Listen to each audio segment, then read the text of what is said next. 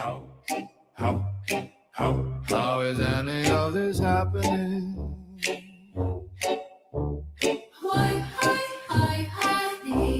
Why are we here? Do you ever lie awake at night, staring into the dark, watching shadows on the ceiling, listening to your own heart? Do you ever sit there thinking, what the hell is going on? Why does anything exist at all? And why are we born? Why do we dream? Why do we suffer? Why does time keep moving on? Why do humans build societies, then slowly wreck them one by one? And why? Why does nobody seem to know? What the hell is happening here?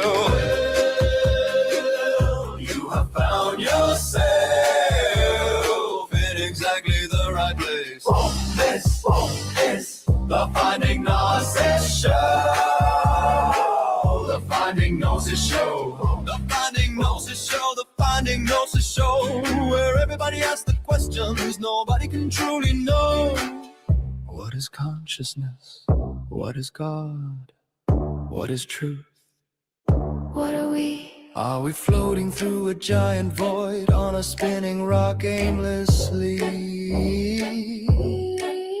Is this all a simulation? Is reality a dream? Are we all just frightened monkeys trying to survive the scream? Why do billionaires exist? Why do seagulls look so smug? Why do people still trust politicians? Why do humans need hugs? Nobody knows, but we're still gonna talk about it for an alarmingly long amount of time. This is the Finding Gnosis Show. The Finding Gnosis Show. The Finding Gnosis Show. The Finding Gnosis Show. We are apparently sharing this strange existence together, trying to understand reality before we all disappear. The Finding Gnosis Show.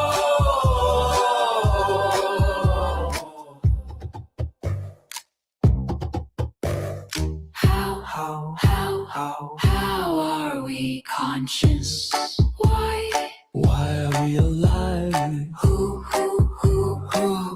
are we really? What should we do while we are here?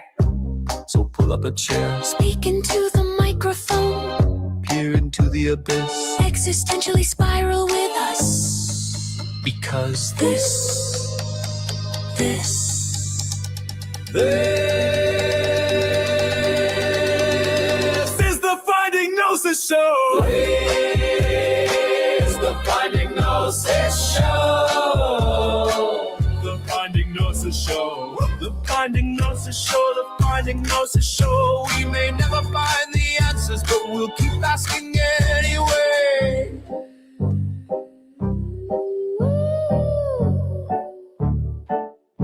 The Finding Gnosis Show.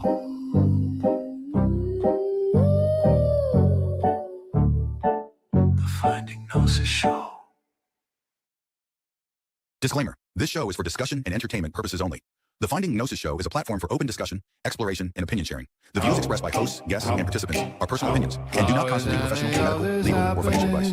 All topics discussed are only intended to spark curiosity, entertain, and encourage independent thought. If any subject interests you, we strongly advise conducting your own thorough research using reliable professional sources. Critical thinking and due diligence is key. Stay curious, stay informed, be well, be lucky, and don't wait on results. Lie awake at night, staring into the dark, watching shadows on the ceiling, listening to your own heart. Tell us what topics you would like to see explored on the Finding Gnosis Show. Don't be a passive consuming creature, sitting on your sofa with your thumb lodged up your arse all your life. Sitting there like a bored yet furious gargoyle spewing out whatever is put in your head by others, whilst balancing precariously on the edge of your sad existence. An existence of watching the thoughts of others drift past your window, and then moaning about whatever the wind blew your way. do something. Be involved in the creative process of creating the zeitgeist, of directing the conversation, rather than just passively consuming whatever occurs. Whether up to now you have been an interested party or some snide, snarky little sideline gnome muttering at the shape of things after they have already taken form in the garden where the thoughts of others grow. If it is not to your taste, that may well be your fault for refusing to help shape it when the clay was still wet. It is up to you whether you like what emerges or not.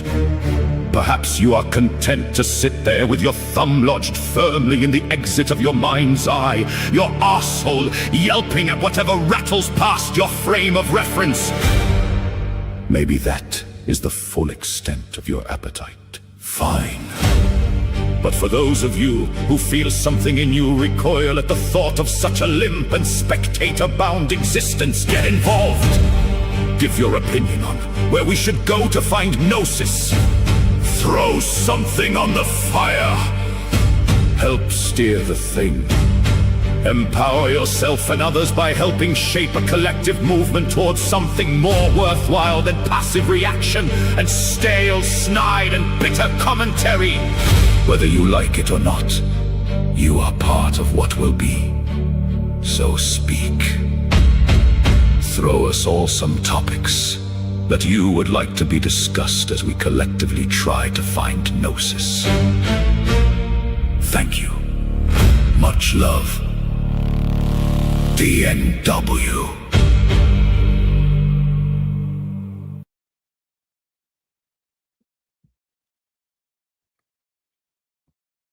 Hello.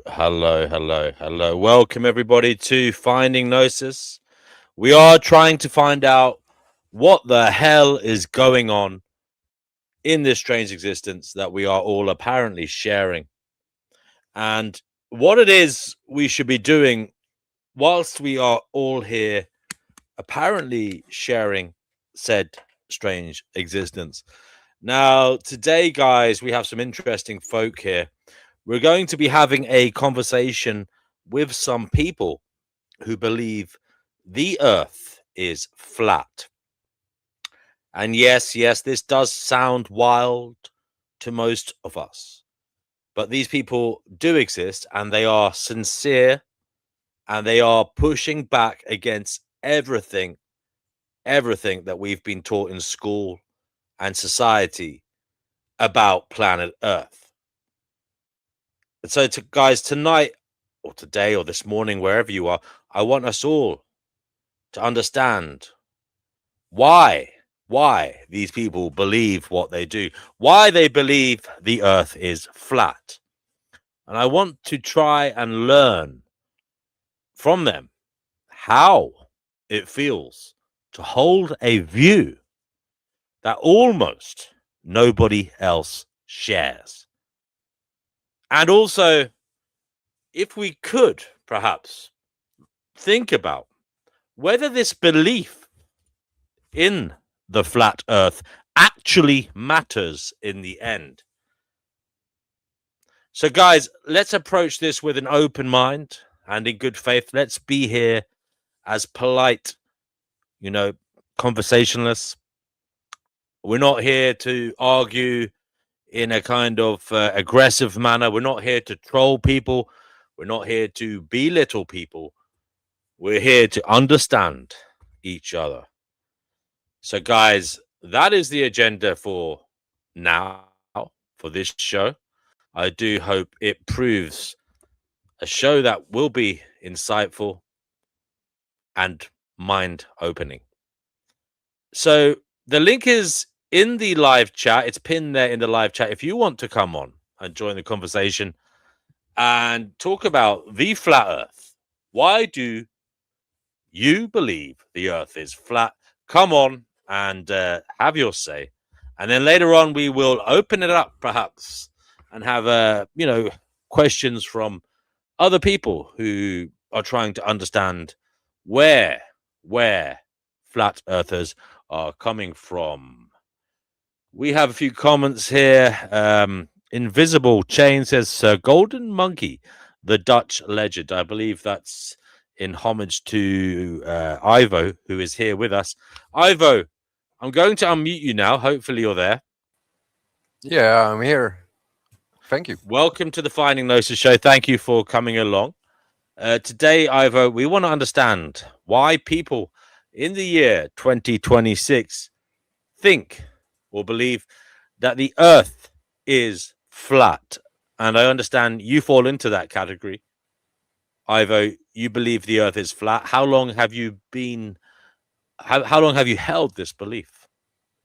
Well, first of all, I think every flat earther, every serious flat earther would hate me if I would not say that it's not a belief, it's a form of knowledge.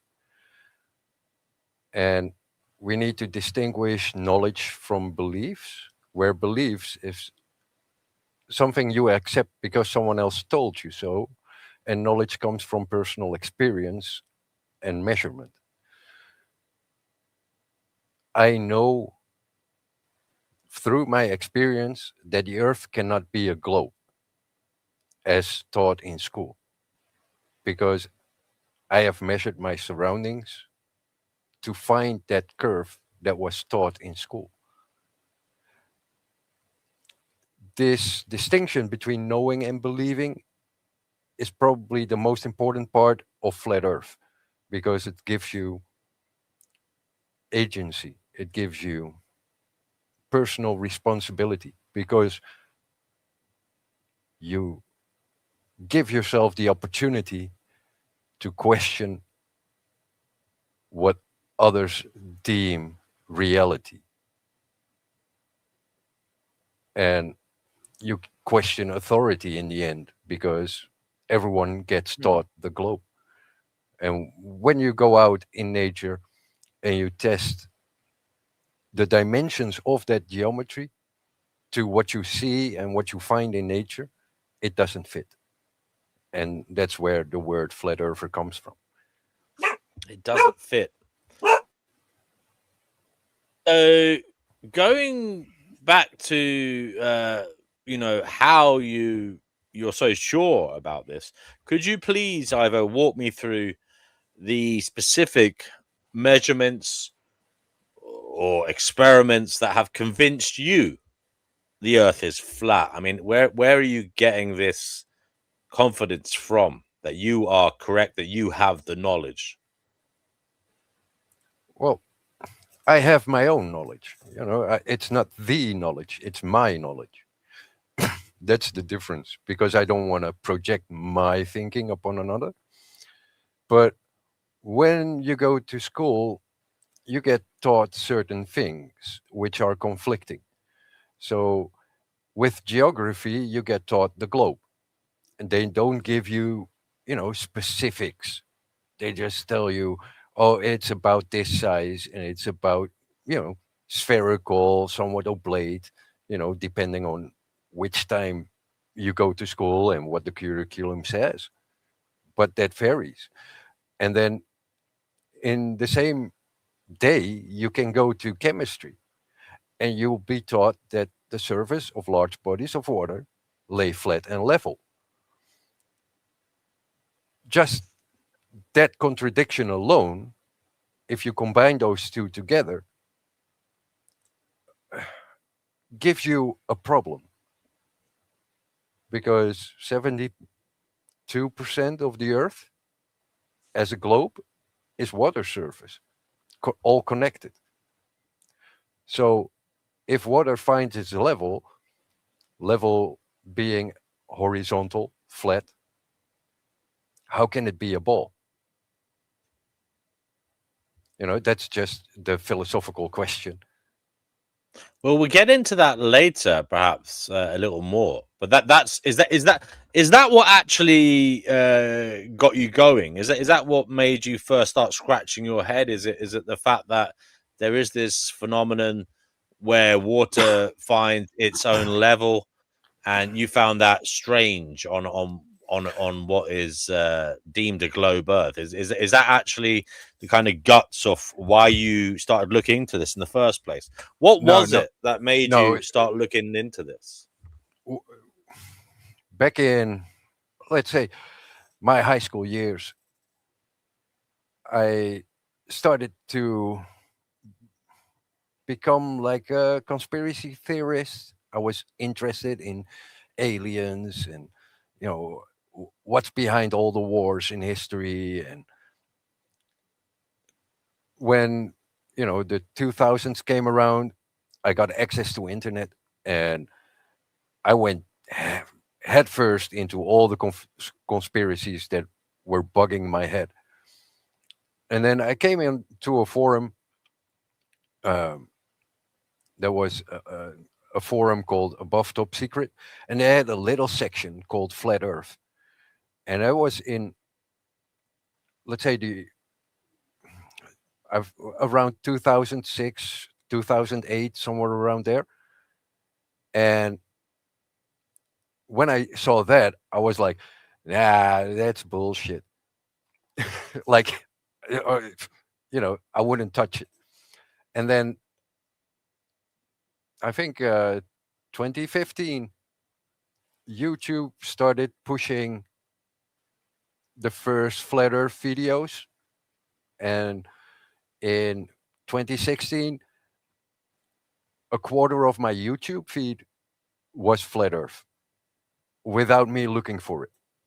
And then something was like, okay, you know, I'll have a look. What do they have to say? And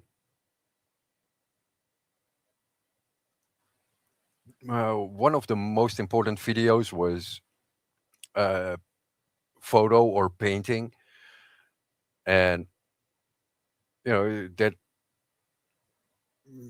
video questioned whether you could distinguish a photo from a painting, and then whether a painting of a planet or of Earth, if you could distinguish that from a photo, and then if you could distinguish that from reality because you never seen a planet or the Earth from that perspective yourself, so you could not verify it, which triggered the verification process. And then, that triggered something in me of curiosity, and I started watching videos of people testing the curve in nature. Like, when you're on a globe, everything around you has to curve away from you. So where I live in the Netherlands, it's easy because I live near the sea. I got a few lakes, I got islands off the coast. So I was like, oh, that's not hard for me to test. And then I did some tests, and when you have the measurements, and one of the, let's say, approximations of globe Earth is 8 inches per mile squared, and you can apply that, and there is, different calculators online, and you can adjust the elevation of the observer to adjust for how far you can see and how much drop there is. And I was finding that it, depending on the weather, my view was extending beyond what the horizon should be on a globe, because the globe has a fixed horizon at some point, because that's the curve that's going to block your view. And I was finding that I could see a lot further than that physical horizon that is a necessity for a globe. And yeah, I still struggled with it for about a year, and then in 2017 I started to hook up with people in Discord, and yeah, from that moment on I was like, yeah, embraced by the flat Earth community. But it was just simple tests, you know. trying to expand on what other people had shown me how to do it, and then doing it in my own location. So that was your holy shit moment when you feel like you did experiments, you did a I test did for them. yourself. Yeah, when I did my own tests, and I saw, like, one of the tests that I did was standing on a beach, knowing the distance between me and a landmark in the distance, and then using my camera, I could photograph people on the shoreline that were basically, tiny specks, but I shouldn't be able to see them because they should have been blocked by the curve. And then I repeated it. I did it at night. I did it in the morning. I did it in the afternoon. And I did it like every time I went to the beach. And I got different results every time, but I never got a globe result. I never got a consistent globe result. So that eliminated the globe for me, because on the globe, that horizon is fixed. That should be at the same point every time. What about, brother? This is something that most of us believe, and that's there is this phenomenon known as refraction, the refraction of light, basically light bouncing off the atmosphere, and it allows us to see further than the curvature of the earth would allow if this wasn't a phenomenon. You've looked into that. You've looked into the. I'm not. By the way, I'm not saying. I'm just saying you've looked into the explanations clearly, and even though these explanations seem to, let's just say, explain what you're saying is happening, you don't accept them. Well, You know about explanations, refraction, right?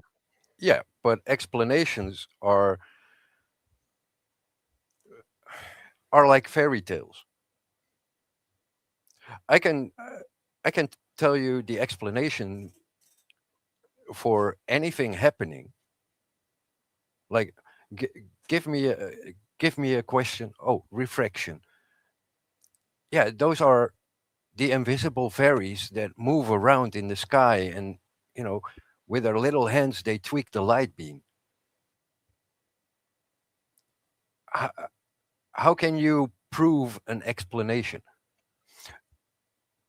It's a ruse.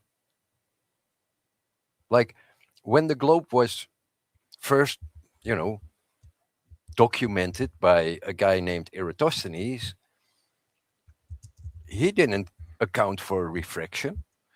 Al-Biruni, a famous guy, didn't account for refraction.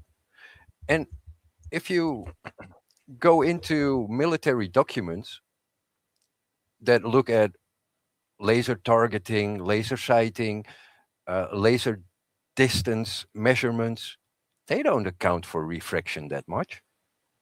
There's no mention of a globe whatsoever in those documents. So why should I? Sorry, I'm not privy to this information about lasers. Are you saying there's experiments of lasers being Yeah, fired off? Yeah, but would you not, if light was subject to refraction, could lasers not also be subject to it? yeah, sure. But you have to demonstrate, because you make a positive claim about refraction. That's my point. Like, I mean, Eratosthenes, there are ways to simulate it on a yeah, smaller scale. yeah.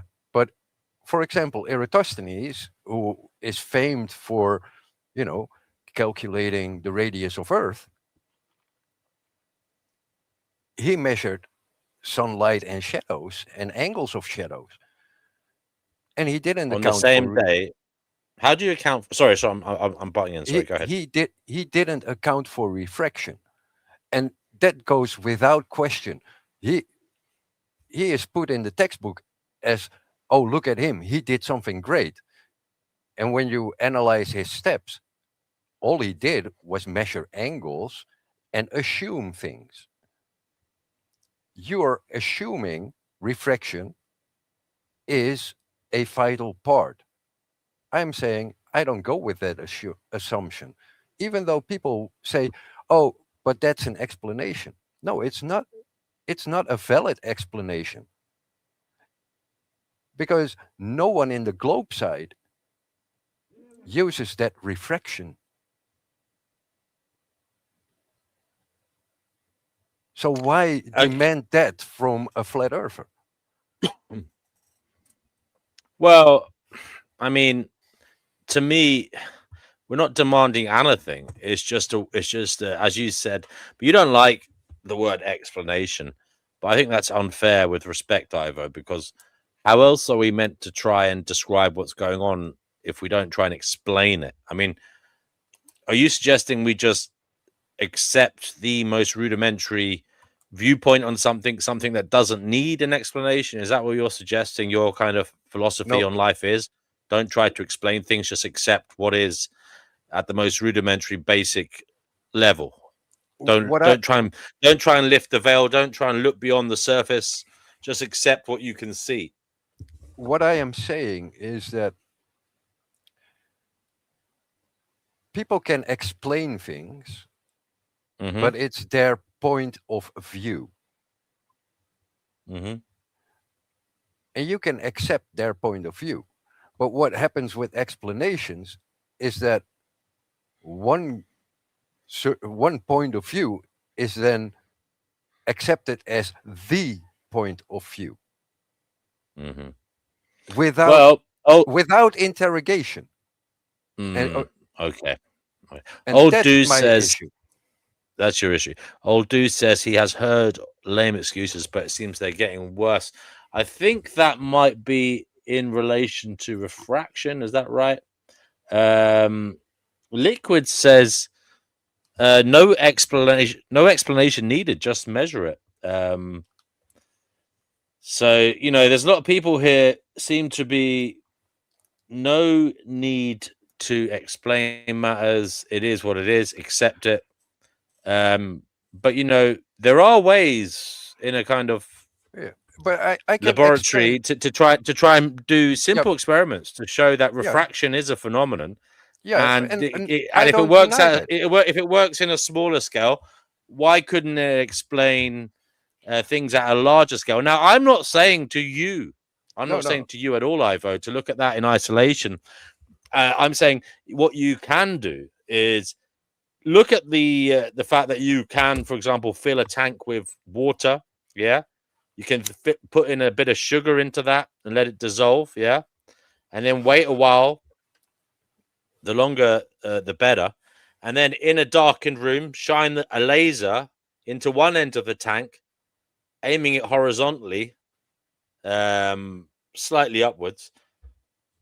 And then what you'll see is the laser beam doesn't travel straight; it gently curves downwards towards the Yes. bottom of the tank, the Yeah. higher density region, and you can see an arc. But You are can you see an arc. You can see yes, this. but are you breathing sugar water? No, but there is an atmosphere, and it Yes. is And dense. within the The moisture is more, let's just say, existent at different layers, and it's more dense at different layers of the atmosphere. So that would yes, explain why this refraction occurs. yes. And But then in a laboratory, you could do it, say, over 1 meter and how show it is happens. On Earth, the gradient will be much gentler, and it does spread over tens of hundreds, perhaps, of kilometers. But the physics is identical. yes, There but is a tiny continuous bend, and it is enough, for example, to lift the image of a distant city. And by the no, way, this doesn't that happen all over the no, place. that Hmm. is a positive claim. So now my point is, if you attribute refraction for seeing over the curve, prove it. Well, I'm No, saying you no, can prove it. Look. no. I'm saying you can. It I'm saying you hasn't can been prove it in a proven. laboratory setting. You can No, prove refraction as a phenomenon in it. Look, Ivor. 1 second, brother. I'm not being no, disrespectful. you You, no, you but you you're can missing. prove refraction. No. I want to explain what I mean here, Ivor. You can prove it in a laboratory setting that this is a phenomenon, that this phenomenon exists. But then what Yes, you can also do, Ivo, this isn't about looking at things in isolation. You can take other things into considerations, such as flying, space travel, looking down at the planet, okay, and seeing there is this globe. I'm not saying to look at one thing here and accept it as the ultimate proof.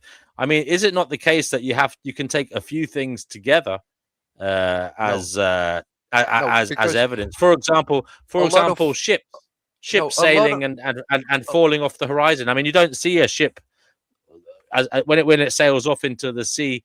Eventually, it will have, disappear. did you have art class when you were 13, 14 years old? Yes, from Did what? you No, pay no, no, not attention in no. school? I didn't. I didn't do art when I was 13. No, but I did do it before that. Go ahead.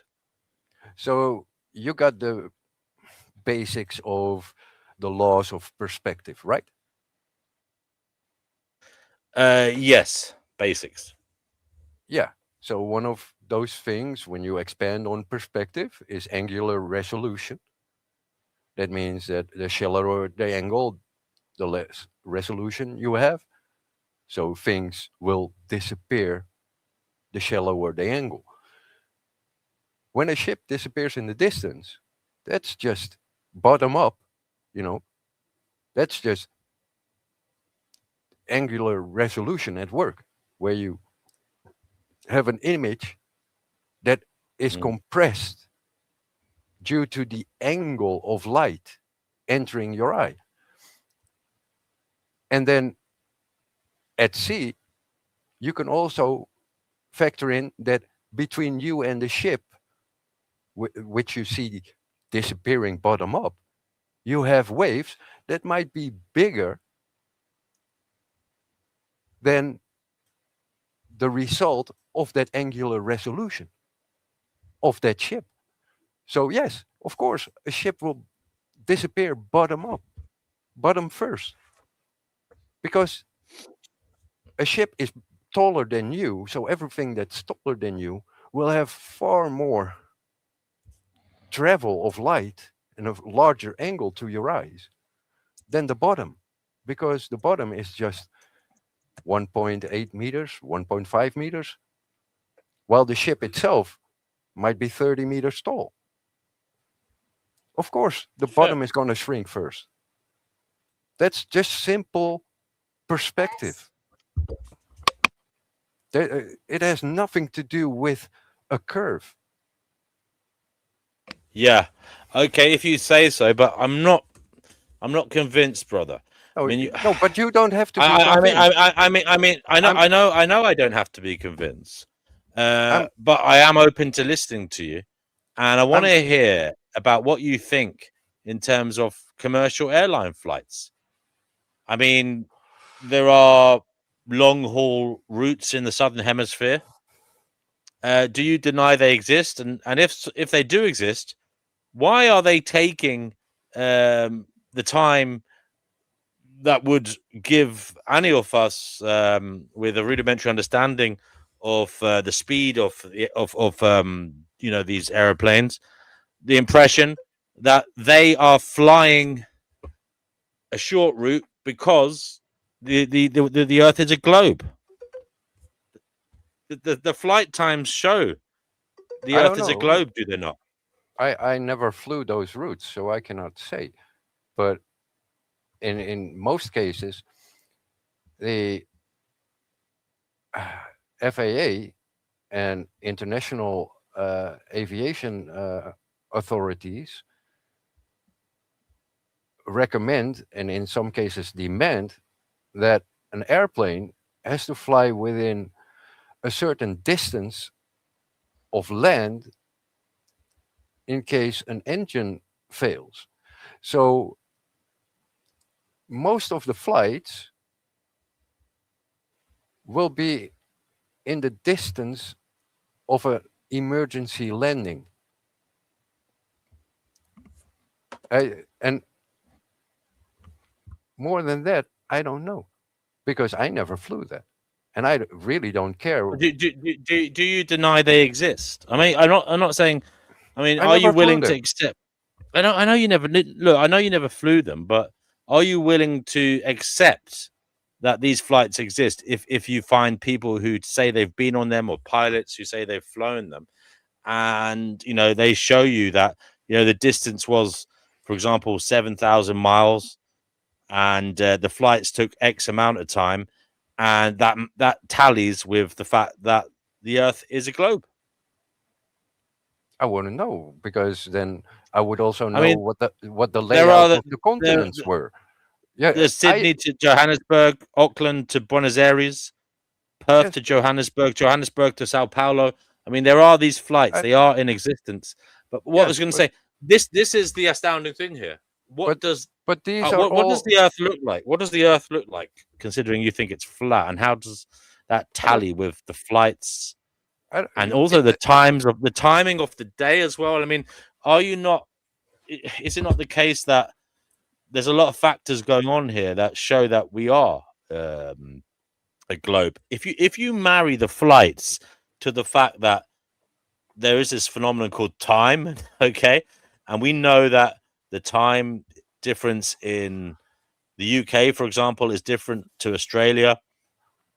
And then if you tally the flight, if you marry to that the fact that there are flights going on that show the distances between 2 points are based on the globe model that we currently have, is that not enough? Is that not enough to show you the no, Earth is in fact a globe?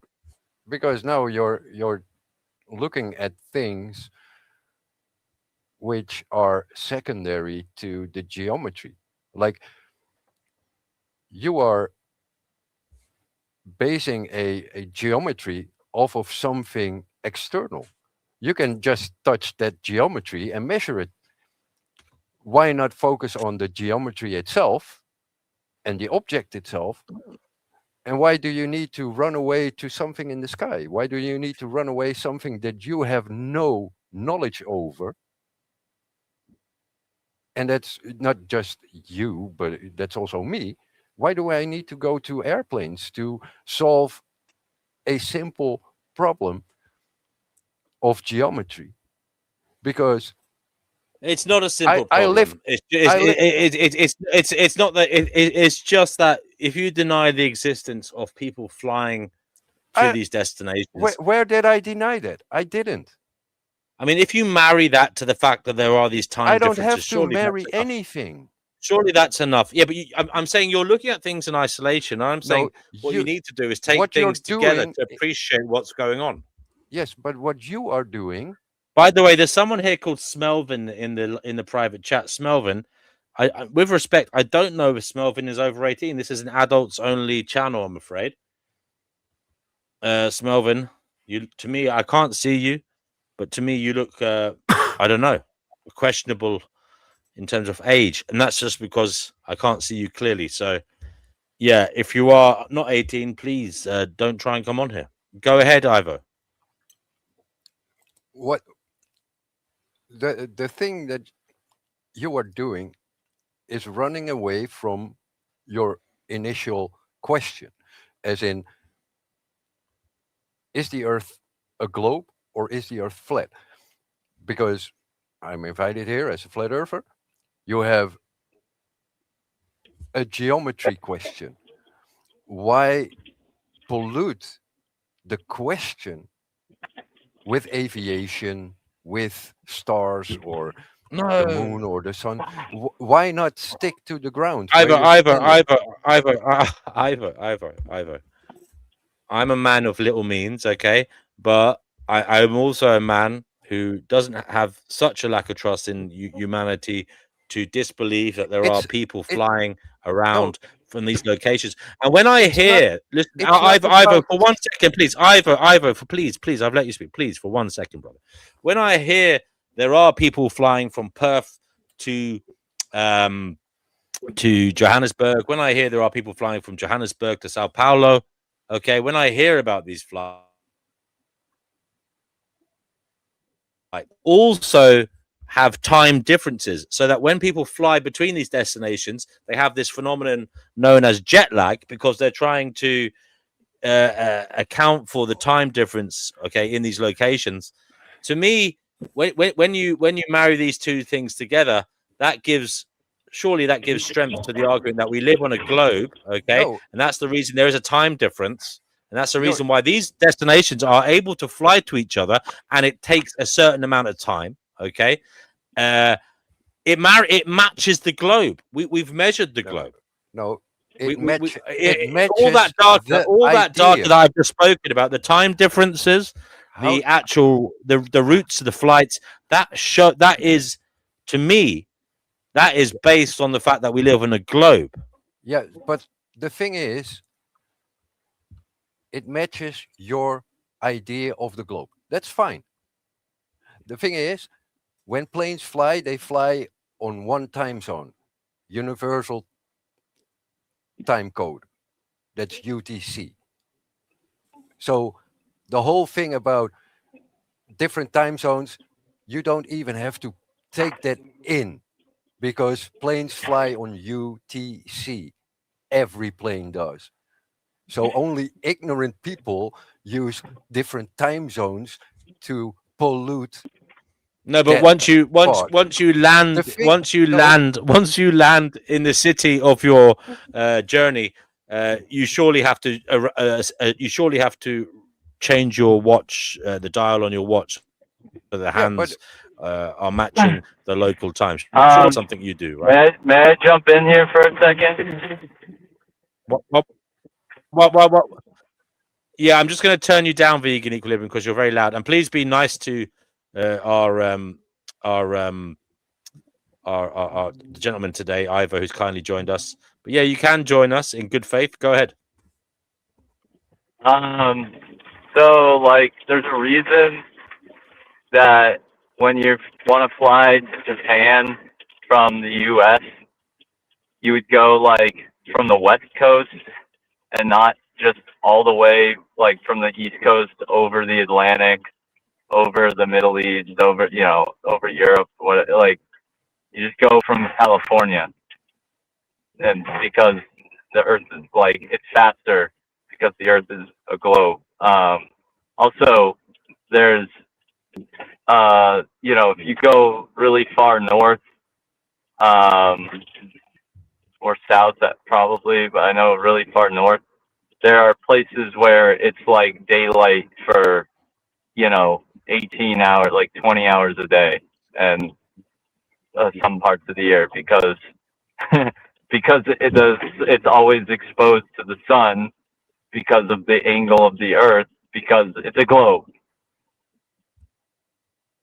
yeah, but you're just, you know, you're accepting a story you've been taught your whole It's life. called deductive reasoning. No, it's not Why would it be deductive sunny for reasoning. 20 why would It's it not be sunny for deductive 20 reasoning. hours a day there, but then the further towards the equator you go, the You're longer the more evenly dispersed the days and nights are. you're just accepting an explanation of someone else. That's fine by me. If you want to do that, that's fine by me. All right, But what's the flat I Earth model of that? Tell me no what the there flat Earth explanation because for that is. the flat Earth A doesn't have a model, and B, I personally don't care because that's not my situation. I don't have to deal with that. You are the What do ones you, what do you that mean But, you don't have to deal? Aren't you trying to Ivor, argue?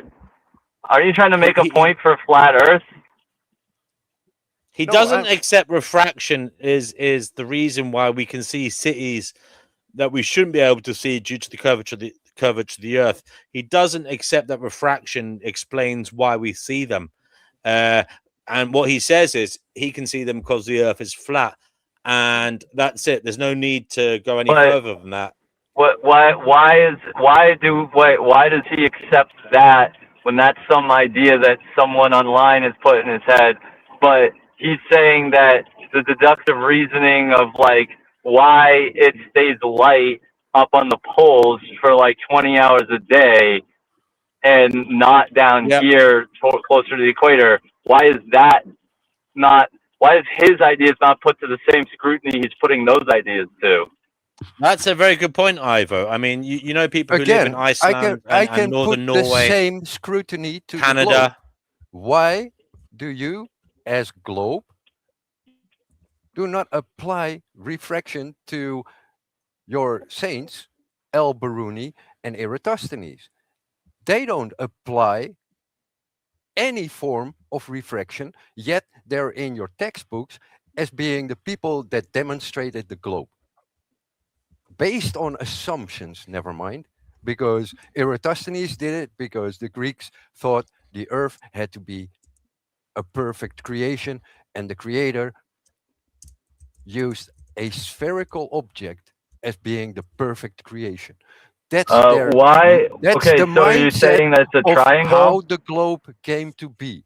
Don't Okay, accuse so the what's the messenger. What's the flat Earth model for why it stays light for 20 hours a day on the poles and not down here? What's the flat Earth explanation for that? I don't have to give you an explanation. Right, It right, happened. right. Okay, this Just guy doesn't accept that actually things believe what he's happen. saying. He does. DMW, No, he no, doesn't no, he actually does. believe what he's saying. He does. He does I, believe. He does. He does. then why is he? He really Why does. is he not? Then why would he not be curious about that? And why would he just dodge it so Ivo, nonchalantly? that is a good Ivo. That is a good question. I am not I am not Are you dodging. willing? Are you willing to do the hard work and try to explore the reasons you why, for willing- example?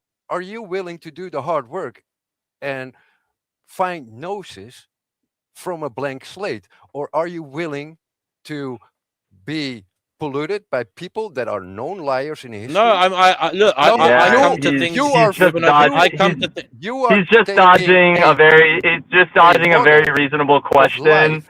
He's dodging a very reasonable question, which shows that What- he's not in good faith about. What are my means? What are my means as an individual to test, sample, and measure the things of the sun, and then be able to paint it on something I have not seen yet? How What am I about- supposed you just to do that? research? You research it. No, the thing Ivo, is, Ivo. cannot- Are you familiar with? Here's something you could possibly learn to do. Okay, and that is look up at the sky from a secluded area where there's no unnatural light polluting the sky, and you will see Polaris, the North Star, up in the sky. You are in the northern hemisphere. You will see the North Star up there. Okay, and is it not the case that depending on where you are, it will be at a different latitude? So at the equator, it will be at 0 degrees latitude. Yeah. In New York, it will be a different latitude, north. And in, for example, Iceland, it will again be a greater northern degree in terms of latitude. So is that not yet more evidence that there is a curve because it's changing depending on where you're looking at it from? Something is going on there, is it not? That's perspective. That's perspective in your view. Yeah, that's for me, that's perspective. Because a lamppost right next to you is optically higher than a lamppost a mile away. That's optically, the light is optically different in position. But on a flat Earth, it would be the same height everywhere, would it not? That's if you are further away from the object, then your angle is going to change. That's your latitude. Oh, so you think it's because? So what do you think? If you're at the North Pole, do you think it's directly over the North Pole or directly over the equator? Which? Directly over the North Pole, and from the equator, you have an issue with seeing it because they decided. I never been to the equator, so I cannot actually say that. But Why would they have an issue seeing it? because it would then, in perspective, be at the horizon. Again, learn to draw perspective, and then you So will are you see. saying it's? I don't understand how something, if the Earth was flat, how somebody at the equator would have difficulty seeing something that was above the North Pole. I don't understand, if the Earth was flat, how they would have difficulty seeing it. That's not my issue. That's your issue. I can say there's no, but there are mountain ranges between and but if you do it from the sea, then you just have clutter of clouds, and Mm.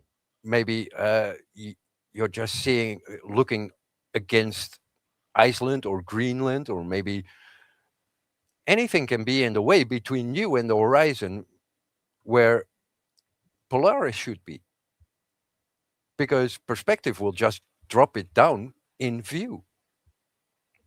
And Okay, Ivo, thank you that's for the that. simple perspective that you This learn in is the school, Finding which is Gnosis Thank you. show. If you would like to join the conversation, please click on the link below the video now. Yeah, if you would like to support Ivo, do come on. Links in the chat. Don't leave Ivo here by himself, although he's doing a fine job communicating what he thinks. Go ahead, Ivo.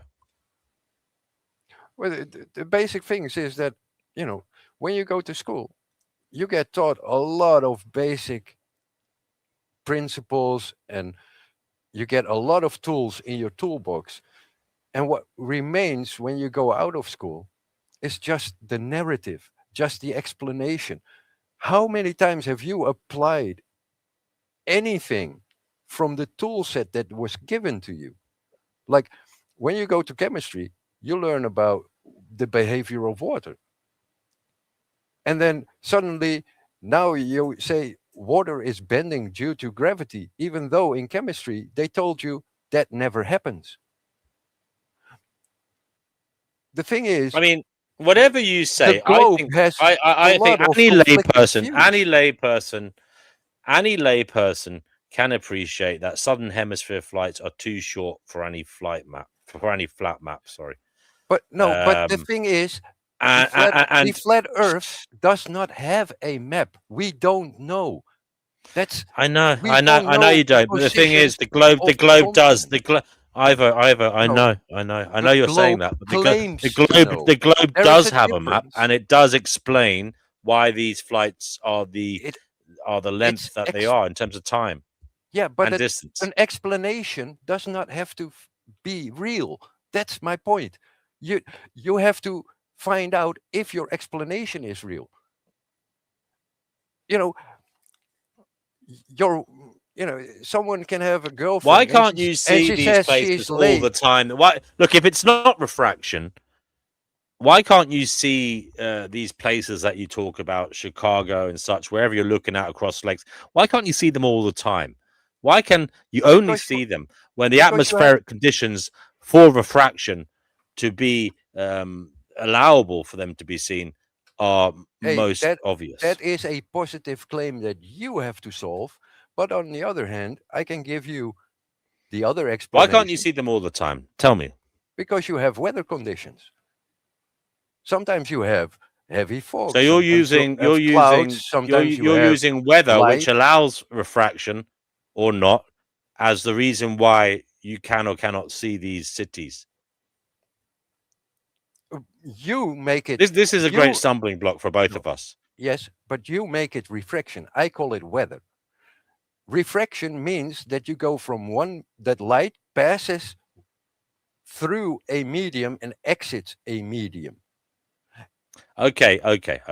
Now, Duke Reagan says, where does the magma come from in a volcano if the Earth is flat? I mean, there is this study called plate tectonics. Ivo, I'm sure you're well aware of it.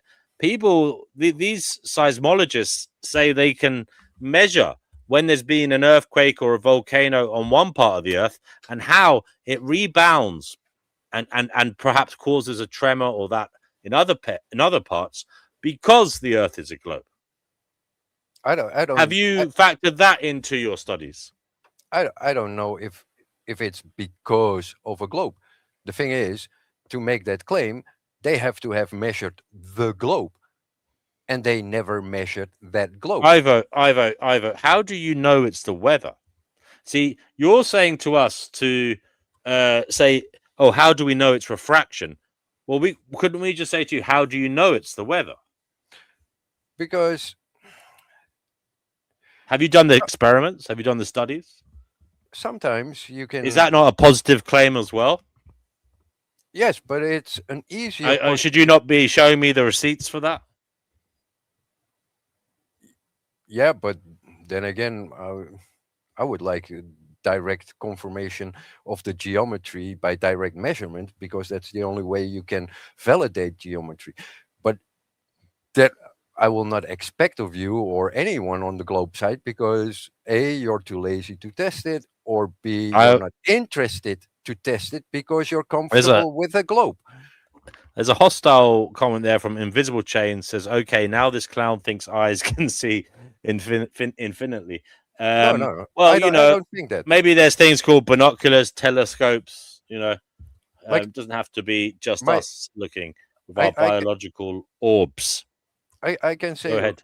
For weather, everyone can see that if it's cloudy and you have less sunlight, then the objects in the far distance will not be lit as much, and thus you have less light being reflected back at you. Therefore, it's harder to see them. It's a Dirty Lowlife. Dirty Lowlife says, why are you asking Ivo for explanations he doesn't claim to have, rather than the understanding he does? Yeah, no, I mean, I think Dirty Lowlife, with respect, I think it's part and parcel of trying to understand why he thinks what he thinks, and I want to see how far he tests his beliefs. Ivo, would you agree that we should test our beliefs and we should look to alternative explanations, or should we just? Because Ivo, with respect, I feel like you're not as open-minded as me. You're not as willing to be wrong. I'm willing to be wrong. I feel like you've settled. I have settled on flat Earth because I've measured it. The beginning of our conversation. But so have other people with knowing. Ivo, with respect, so have other people. So have other people. And maybe they have greater qualifications than me and you. Are we to say that you're superior to them in your intellect on this matter? There are no people on Earth that have receipts for direct measurements of Earth geometry. Ivo, for those who have just joined, can you please tell them exactly what you measured and exactly what you found, please, and how you were able to take these measurements? Go ahead. I took my measurements of a shoreline. I took the shoreline as the baseline. In the distance, I have a landmark. I know the distance from me to the landmark. The globe has to have a continuous curve, which would present a hard horizon, which will obstruct the view. When I can see things past that point and past the drop of the horizon, and I can still see the object, means that the numbers for the globe do not match reality. It's a simple test. Anyone can do it. I think it's very repeatable. May it be that you're kind of looking at things in isolation, Ivo, and you're not willing to think about other things as explanations for why this is the case. I think that. I mean, with respect, Ivo, that's what it looks like to me. Yes, it is. But looking for explanations to affirm something you don't measure is a silly thing. That's basically a closed mind attitude. Because even if I'm wrong, I'm willing to go through all this struggle of being a flat earther. I walk the hard Is it a way. struggle? It sounds Yes, quite easy to me. You just deny everything and say, "I found the proof. You're wrong." I mean, that doesn't sound particularly difficult. yes, but you It sounds have like a you walk in the have a park. hard time. I measured it. I saw it with my own eyes. I measured the distance. I saw it. Therefore, the Earth is flat. That's it. The Earth is flat. I mean, that sounds like a really simplistic and easy thing to say and And that's do, and that's a to carry the flag off going forwards. I mean, the yes, but truth it's is, you're not doing anything remarkably difficult here. no, You're not willing, Ivo, to look at other explanations. I no, think you're settling. I think you're taking the easy road, and I think that there are other ways of explaining things that you're not willing to look at because you think you found the answers. and you think it's the easy road. You think I think it's the insanely facile and easy road. Yes, because as I said, there's a whole other and disciplines of study that you could take into account. Don't look at just one. Look oh, at many that support but the the globe issue as here a phenomenon. the issue here is that the globe is a geometric claim. So the first thing to solve a geometric claim is to get to the geometry that is done by measurements. Okay, Is is Ivo, there's a few and questions here for you. is it so? If I take the easy route, how come that no glober in the whole fucking world has ever done direct measurements? Not NASA, not ESA, not JAXA, not Roscosmos. That none of them have published direct measurements of the geometry. They are all based on the assumption they never get the receipt for direct measurement. None of them. So I looked for all that. I did my homework for that because I wanted to be sure. You say it's easy when, if I talk to my friends, I lost a lot of friends because I'm a flat earther and they're all high on the globe because they take the high road. Look, someone else did the work for me because But they discovered what I why do you live think on. they fell out with you? Why did they fall No, out with you?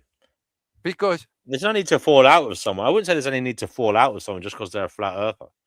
yes, Were you be- talking about it because incessantly? no, Okay. because people get triggered. People get triggered because, oh, you have a different opinion, which takes away my space, which takes away, oh, Mm. now I'm suddenly a threat to their identity, their ego, because I have a different opinion. And that's something Now, that's part of the post 9/11 society where everyone is suddenly cutting off the opposite side. And as a flat earther, we have to deal with a lot of people okay. that would punch you in the face for just being a flat earther. There's Okay, nothing easy about it. Ivo. No, I would say, look, on the one hand, it's the easiest thing one can do because, you're just making a claim and you're not looking for I'm not any other making the explanations. You're I'm not not willing. making the It's a claim. bizarre situation. You're not doing it in good faith either, Ivo. You're saying you know what's going on and you're not willing to be tested for that. And other I'm people offer you X. I'm not Look, making as that I claim. said, there's a whole bag of stuff I can throw at you. Okay, I and don't if the care. culmination of everything that will say, look, on the balance of probabilities, Ivo, is it more likely to be flat or globe? If I show you that there Why is this why is thing it called so refraction, important for if I show you? you that flights in the southern hemisphere take X amount of time, yeah, if it's X amount of distance, if people have jet lag when they get to these locations, if I show you these things and then we look at the globe and it marries with that information to show that the globe represents why these things are occurring. If I show you all these things, if I show you the North Star and how it changes with your latitude in terms of, you know, it's the degree of latitude and the degree north that it is. This all would show, when you add it all together, that, oh yes, this on the balance of probabilities shows the world is a globe, the earth is a globe. No, However, you it see doesn't. you see a city across a lake, okay, that perhaps you shouldn't see because the earth is curved, and you say this alone in isolation is evidence the earth is flat. But I put to you the idea of atmospheric refraction as showing why this is possible. You're saying that may be the case. That may be the case.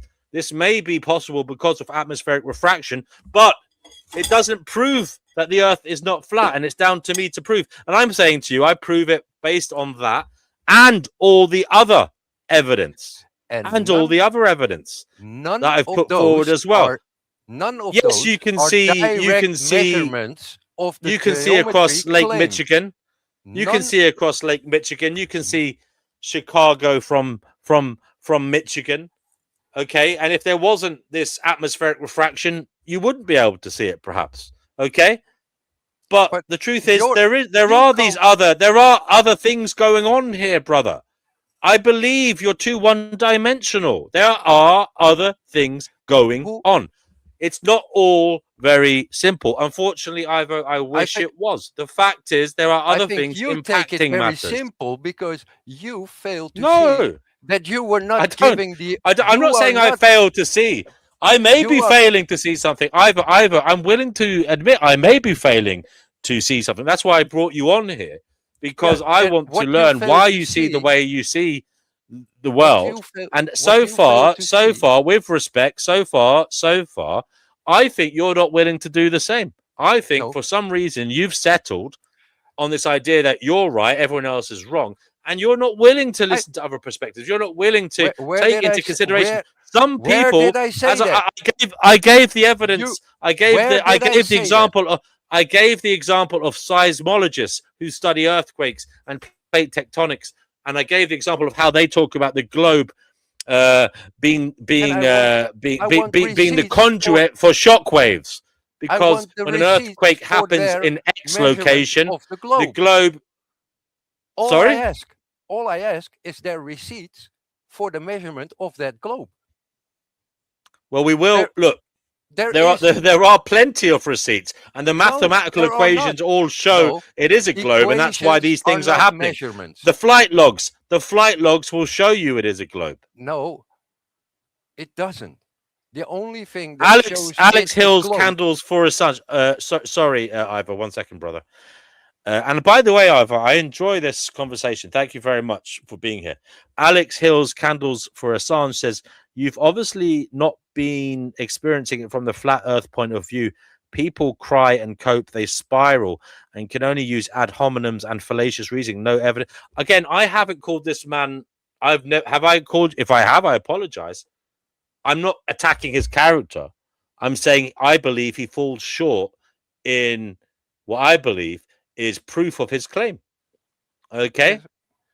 I believe you fall short in your reasoning skills. And I think you fall and short. I know you do. I know you do.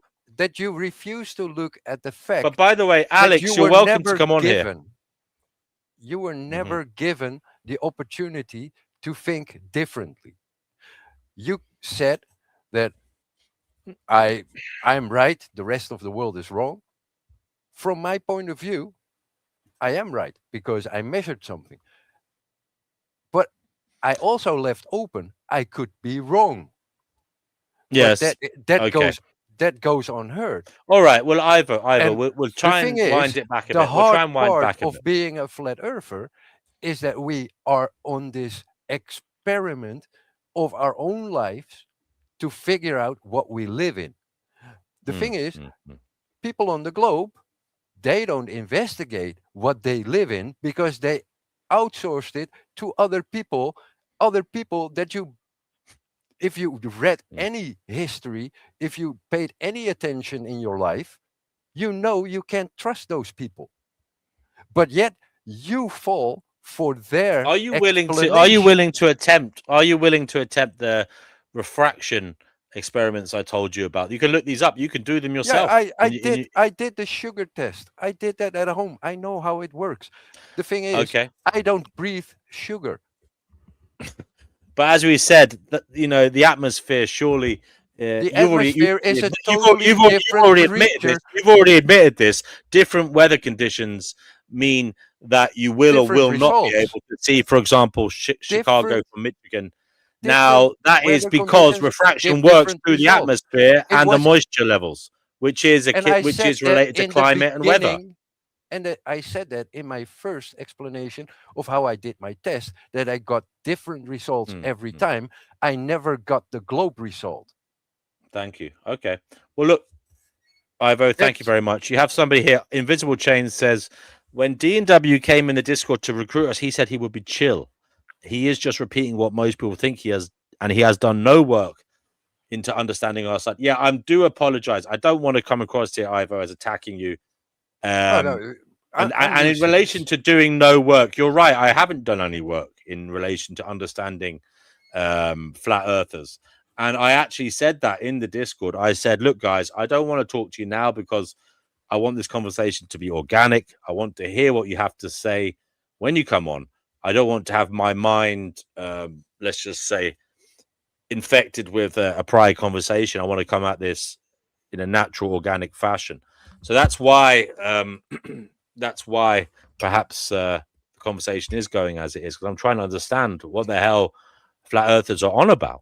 Okay, but it is in good faith. I'm trying to understand. I'm trying to connect dots as into why flat earthers think the way they do, and why they're willing to settle their thoughts on the idea that the earth is flat, when I believe there's a culmination of evidence from other quarters that shows otherwise. Now, look, I'm not telling you to believe me. Do what you want. It's your life.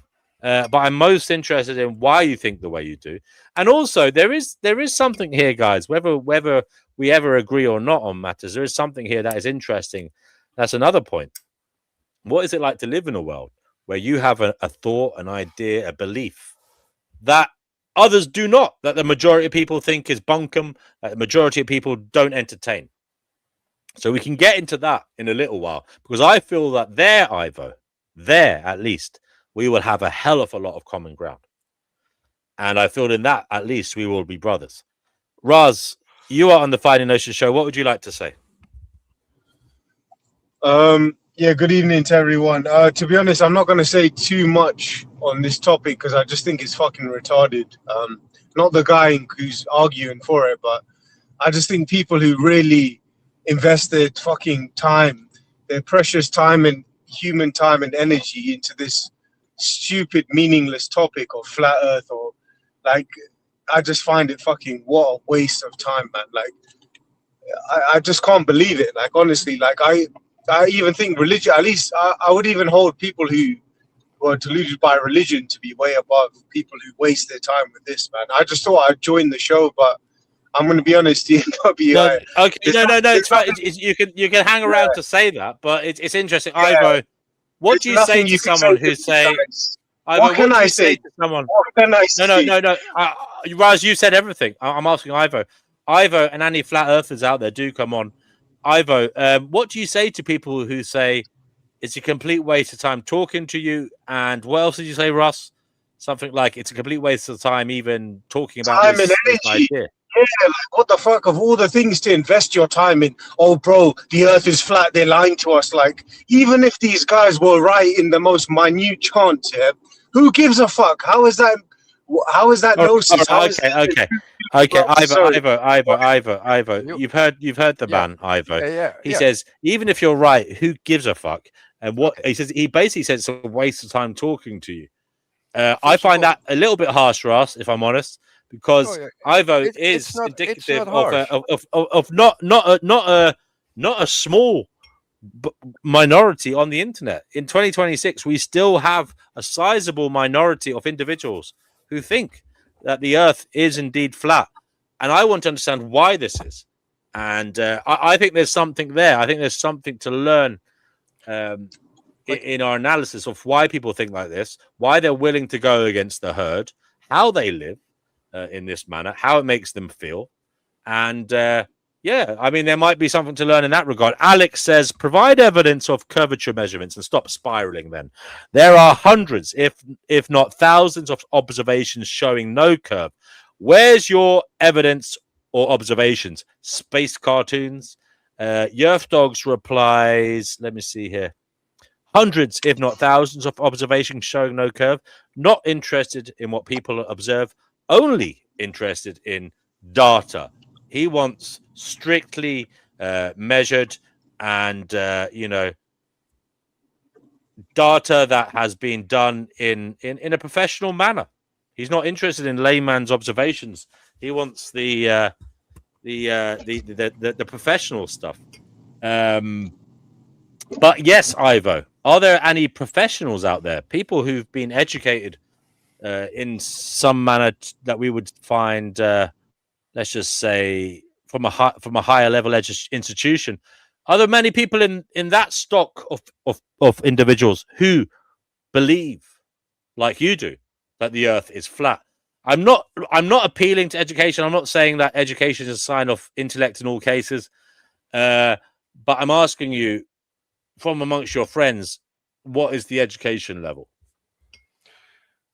From friends who are flat earthers, by the way. There are I pilots. don't think. By the way, I don't. This is again. I don't think this is a definitive, No. But there reason are to dismiss you. But I'm just interested. no, but there are pilots out there that are flat earthers. There are people that work in the defense industry that are flat earthers. There are people in the military that are flat earthers. There are people in, spectrometry. There's a professor of, I don't know, I can't pronounce that word, but it's a British professor who works with the workings of light. He did laser tests.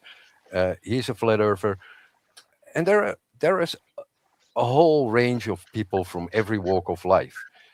My thing to why we spend so much time, it's not about flat earth as in, oh, I want to be a flat earther. No, it's about curiosity. So a lot of flat earthers, they do tests, and you can say they're valid or they're not valid. I don't give a shit. But they go outside, they do something to experience something, they do something to test their skills, they do hone their skills. They apply what they have learned, they use the tools that were taught. If that's a waste of time to someone, okay, fine. Go out, chase the girls, walk behind your dick, and find whatever suits you. Other people do other things. What's a waste of time? That's independent for everyone. Everyone has their own ideas of what a waste of time is. Don't judge people on their hobby or their interests. And the other thing is, if you learn by doing things, then you can say, hey, I got experience, I got to know something. And it doesn't matter. Thank you. So something for you to think about. Can I respond to that? Can I respond to that? Just give me 1 second. I'm going to read. Yeah, I'll let you speak next. Fatima says she would be ashamed to take the flat Earth psyop seriously from the CIA. I've never heard of that, but I know apparently Fatima thinks that this is a psyop from the CIA. That for some reason they're running this flat Earth conspiracy, and I don't know why they'd be doing that, but maybe Fatima can come on and tell us. Russ, you want to say something? Go ahead. Yeah, so to respond to the gentleman, I don't know why he equates me critiquing it to be a waste of time with suddenly then being somebody who's sort of kind of stuck in a sort of low frequency where I'm kind of chasing tail.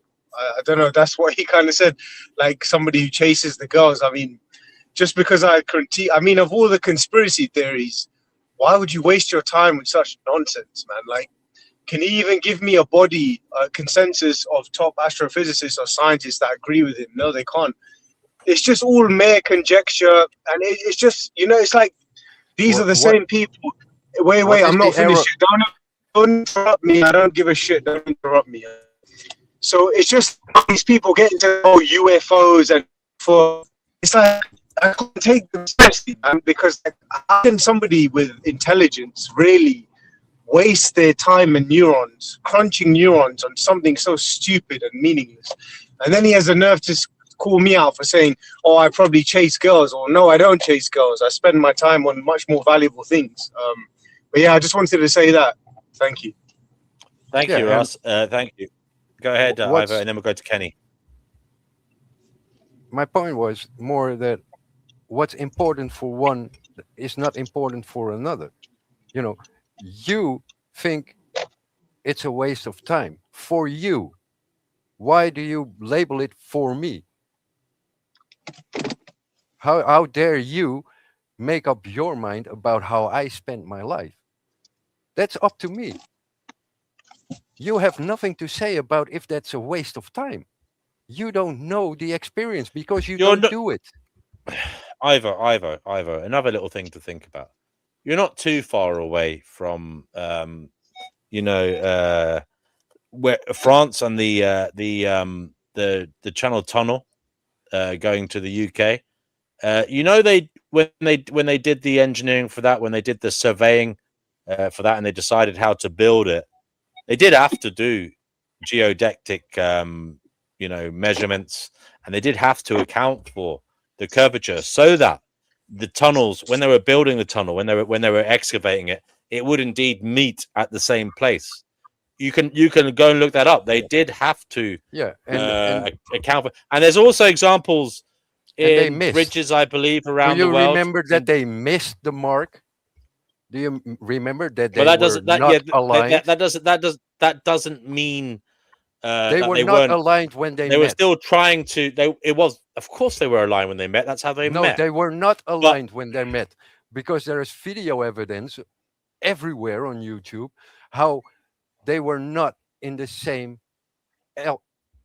altitude when they met. They made an error in their calculation. They didn't meet at the same height.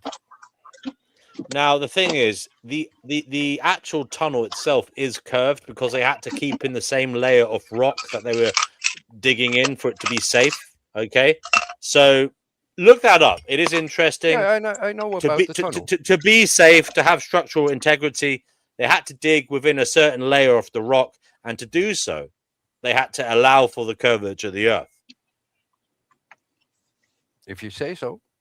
I know a lot of building projects here in the Netherlands, like the Afsluitdijk and the Delta Works, where there is no mention of any curvature in any of the building schemes, which has to hold all the water from the sea to prevent us from flooding, which, according to the globe, should be curving. But water doesn't Say that curve. again. Sorry, are you talking about? Sorry, The Delta Works and the Afsluitdijk. In their building, And you're saying they didn't account for any curve. so those Delta Works? Are you talking about in the Netherlands where they have all those? Yeah. They basically reclaim land, right? And They were built to prevent the sea from rushing into the Netherlands, like happened in the 50s. So when we had the basically big to flood. stop you from being flooded because you're such a low-lying land. You're saying they didn't account for the curvature. Yeah. Well, I mean, on a small scale, do you have to? In a small distance, do you have to account for it as much as on a longer distance? I don't know. I'm not an engineer, but what I'm saying is that I mean, I'm sure they're just the looking at the depth of the sea in zone A, depth of the sea in zone B, and they know what it is at high tide, low tide, and they're building accordingly. They don't have to worry about long spans. They're thinking in short spans, which don't necessarily have to take into account the curvature of the earth. The Afsluitdijk is 32 kilometers long.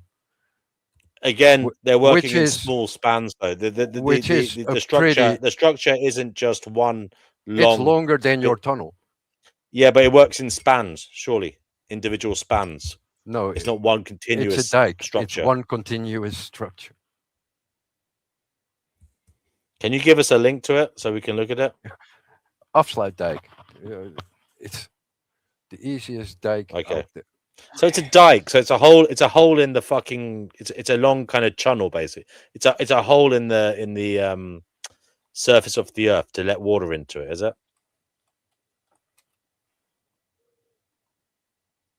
Is he there? He's gone. Yeah. Kenny, what did you want to say? Yeah, so I want to say to Raz Al Ghul, who the fuck do you think you are deciding what this man can and cannot talk about and what he's wasting his time on? If you didn't want to talk about the subject at hand, shut the fuck up and get the fuck off. All right? And Ivo, You shut the to fuck you, up, you fucking fake American pussy, You man. shut Shut the the fuck fuck up, up, you dumb prick. Look at Good this one, guy. Raz. Ivo, I don't know why the fuck you waste your time with this bullshit, because even if you're correct, who gives a fuck? There. Ivo, what do you say to that man? He both supported you and diminished your character by saying, "What the hell are you doing, man?" So my question to you is this the easy life? Like, why does a subject like this trigger so many people? Why does it trigger people? And why is it pointed at me in this case, or other flat earthers when they speak? Because we live in Ivo. 2026. We live in Ivo. 2026, and there's so much information available, and people still pursue these conspiracies, and it's just mind-boggling. That's why. Ivo, if you want to bring up something about that delta dike or whatever the hell it is, even that though has nothing to do with the curvature, because I'm sure whether they were digging a hole or creating a little hillock to go along to keep the water out, it was about the surveyors measuring water depths at low and high tide, and maybe making the structure, higher, or maybe digging more of a drainage, a drain for it if it was like a drain for the water. If you're building a tangent, they would have been doing it. They would have been going along with their little yardstick, whatever if it you're was. They building- were not a yardstick, but they would have been measuring the water as they went along, how deep it was, and they would have been doing it in segments. They didn't just create this long line without measuring the water here, there, everywhere along the way. If you're if you're on a globe, everything is curving. Alex, do you want to come on here, darling? Old dude, brother, you're welcome to come on. He wants to share something. Yeah, you can share it if you come on, mate. There is a way to present here. So if you come on, I can give you access to present whatever you like, brother. Alex Hills, who is a violinist, by the way. Is that right? She's a professional violinist. Pretty cool. She says there are FE pilots, PhDs, surgeons, engineers, architects, NASA, and Antarctica whistleblowers. Once you see it, you don't go back to the Epstein class media narrative. Do come on then and tell us about that, Alex. I would appreciate that if that is indeed the case. I'd appreciate hearing that. She also says she was an atheist, and when she learned about the Earth being flat, she realized there must be a creator. Since then, she no longer fears fake nuclear bombs. She no longer fears viruses. She no longer is involved in contagions, politics, or doom scrolling. She says it's all theater. Everything is theater, according to her.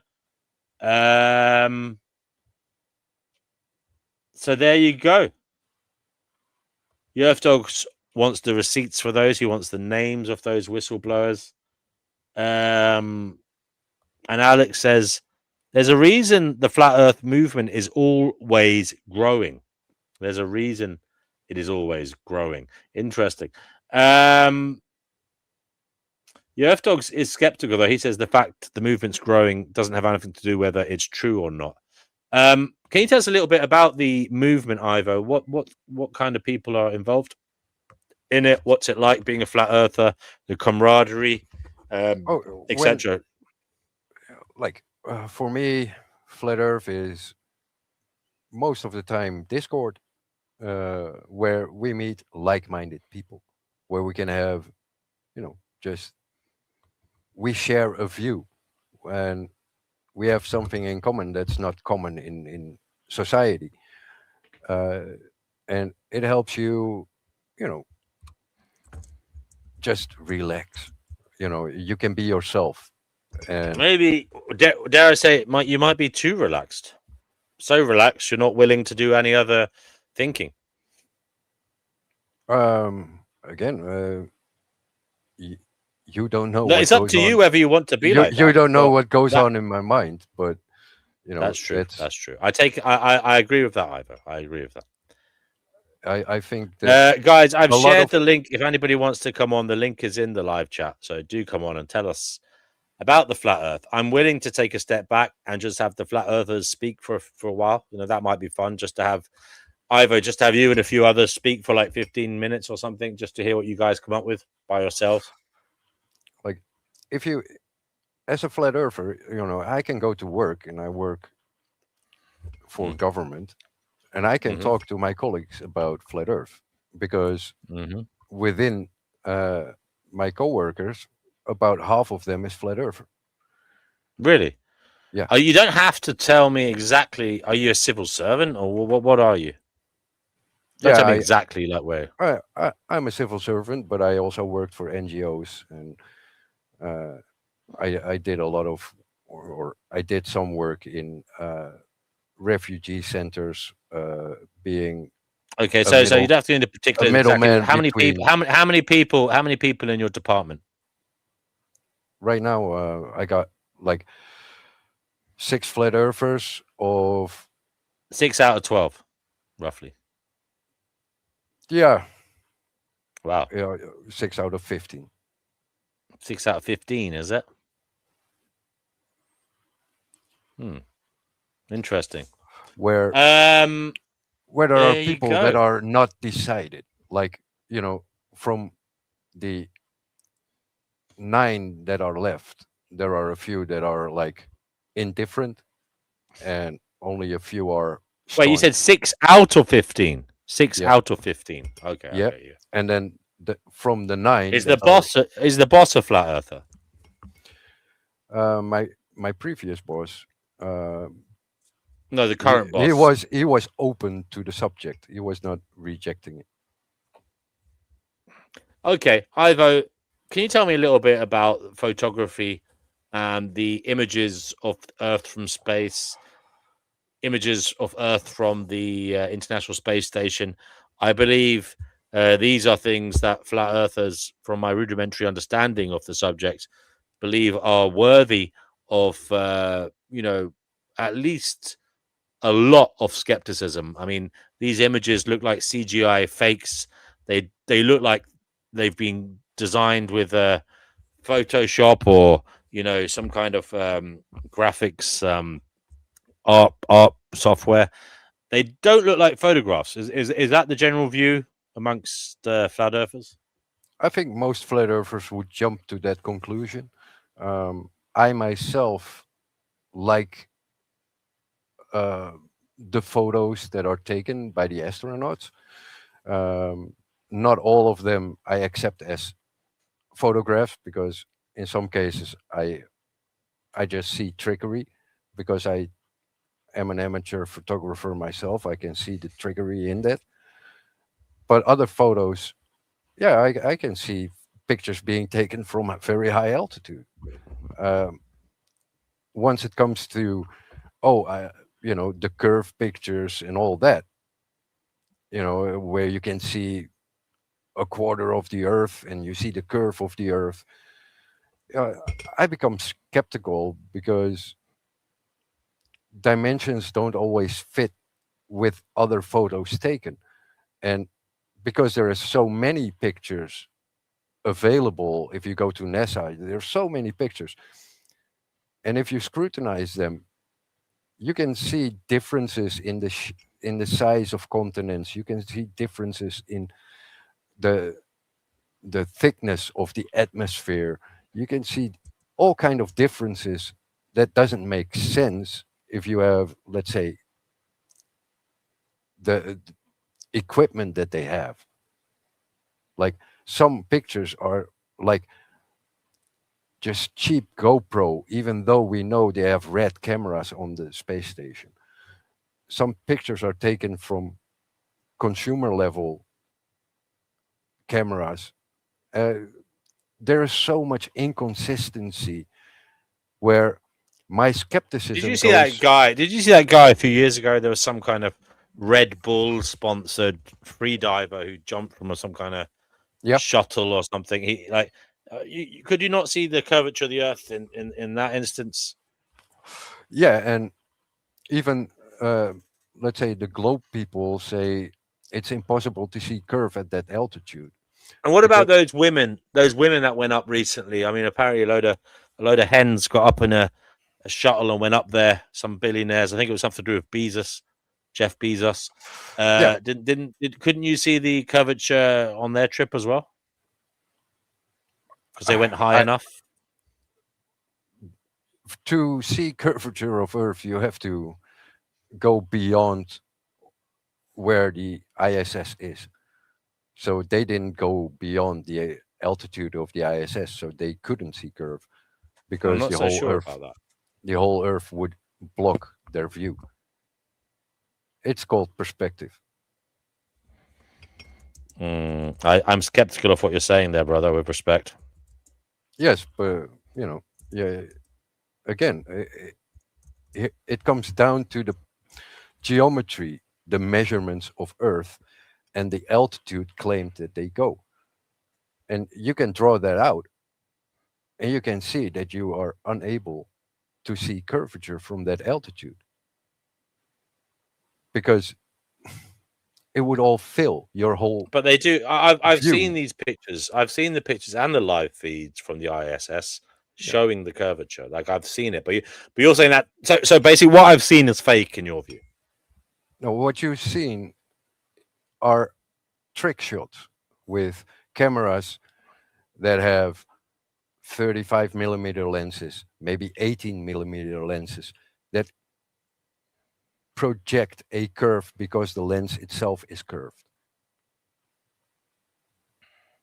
That's simple geometry in how lenses work.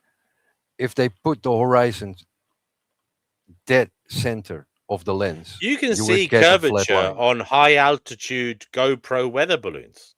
Yes, but again, you're using a fisheye lens, which is a very curved Oh God, lens. this one. Yeah, I've heard of this before. I've heard of Yes, this one. Yeah, and if you I've take heard of time, this one. if This you take excuse. time to go into photography and lenses, you will see that you will have curve when you're at ground level, and it's the same curve at ground level as you have in a higher altitude. Yeah, So that Earth says, hang curve on. is not evidence; it's an Uh, artifact of the lens. Yeah, Earth says, hang on. Ivo says to see curvature, you have to go way out into space. Yeah, he also says he proves flat Earth when he looks at. Yeah, but he's. I think what he means, the Earth Dogs, is that What if what there I'm was actual curvature, you'd have to be further out. And he's saying that what people are seeing from the ISS is either fake doctored photography and videography, or it's because of this fisheye lens. That's what his view. But again, I and don't think the maths support your claims. well, the thing is, photography and the technology of lenses, if you believe in the science of photography, do support that claim. And even the people in NASA will support that claim Apparently, because people say you can see it from commercial jets about 35,000 feet up. If you can start to see, you can start to see a gentle curve on kind of days that allow for view. and Are then you going to say that's? Are you going to say, oh, but that's the weather? That's atmosphere. I will say that's your window. But you can get very wide windows on some of these planes now. Yes, but all have to be curved. All have to be curved to have it airtight and pressurized. There are multiple layers in those plexiglass lenses, which all are curved at the sides, which gives you the impression that it's curving away because the sides are heavily curved. And if you just look outside and you expect to see a curve, you will assume that curve, which is created by the curve of the glass, as being Earth curve. It's expectations. You're Yefdog seeing says. Yefdog expectations. says. Yefdog just says you're saying the Earth is flat based on what you see from down here, while also saying it's impossible to see curvature from down here. So he says therefore it's nonsense. You can say it's nonsense. What I was saying is that if you are living on a globe, which is a fixed geometry, you will have a fixed geometric horizon. That was what I was talking about. And when you can see past that fixed horizon that would be created by the curve, then there is something wrong with the model. That's all I'm saying. Invisible Chain says math is a language, not evidence. Yerfdog says, is Ivo making a claim that the Earth is flat or that the Earth isn't a globe? I'm saying that the Earth is not the globe as it is taught. And the issue is that someone coined flat Earth, lobbed us all in with flat Earth, where the image that people have of flat Earth, like earlier in your search for a graphic, you get a certain image from AI. You get a certain image on internet. You get a certain map, which all say, "Oh, that's flat Earth." My life is, and my experience is that I only know what I know. I do not make a picture of something that I do not know.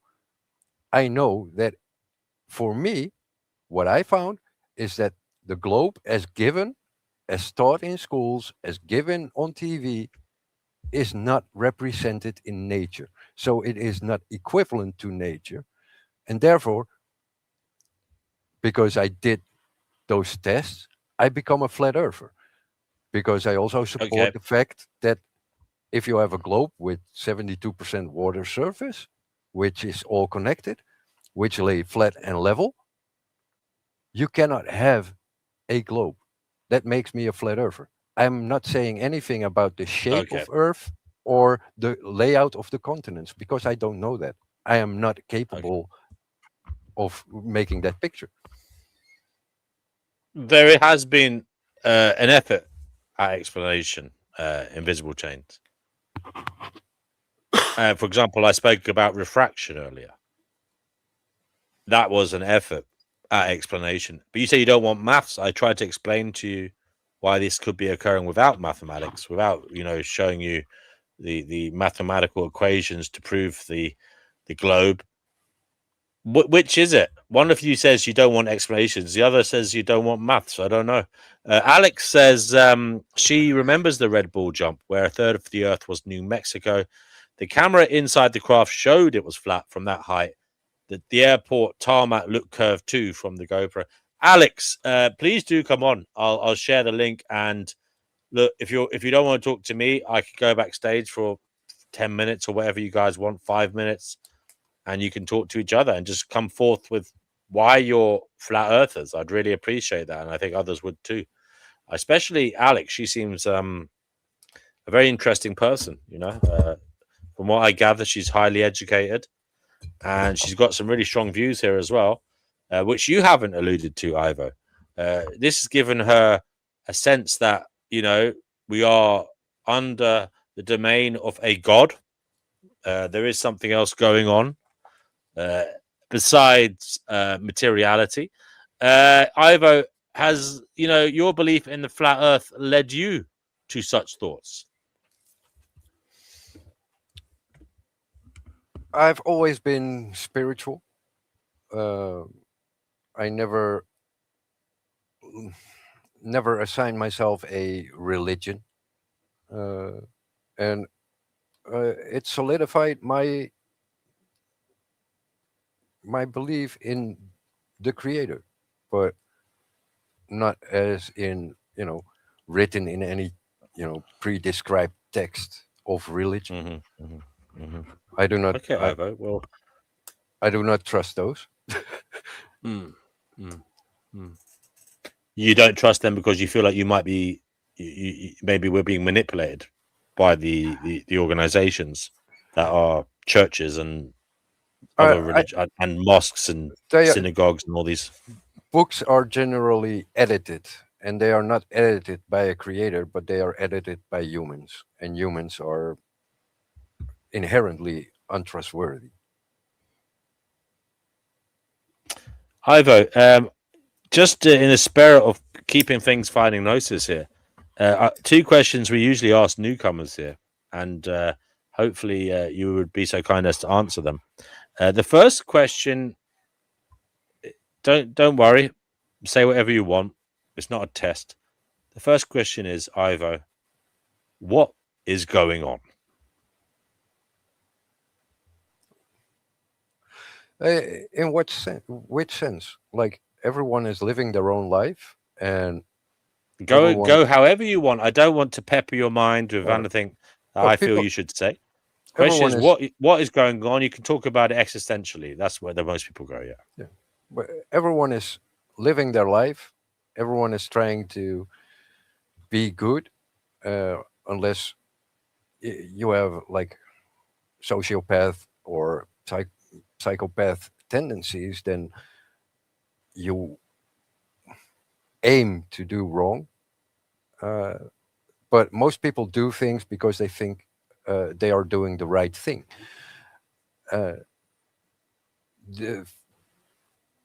Where I see the world as it is in a terrible state is because people are also taught to trust and to believe.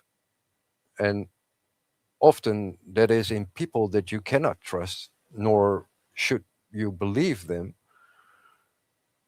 Because people in power are always people that seek power over other people. And when people vote or support those people, if they give them clout or if they give them praise, they don't get better, they only get worse. And that's what's going on from my point of view. And that extends to all of what we see in humanity. Okay. And Ivo, the other question we ask new people here. Ivo, have you ever had what could be deemed a paranormal experience? Yeah, many. Oh, okay. Would you care to tell us what they were?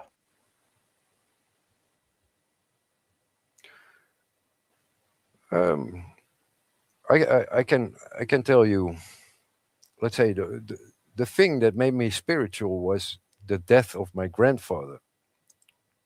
When he died, I was 4 years old, and then within a week, there was this shadow in my bedroom, and that shadow spoke to me,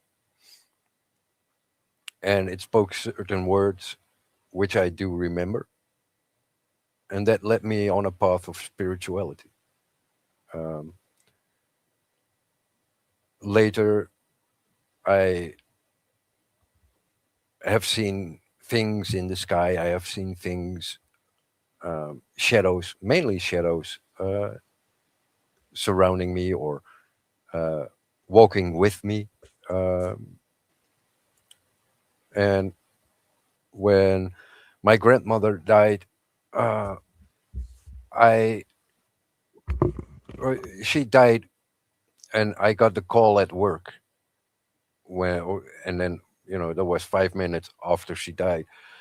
2 hours later, I was on my bike back riding back home, and then I had this like real clear image of my grandparents, my grandmother, and my grandfather in the sky, and it was like a picture perfect of the best image that you can remember them.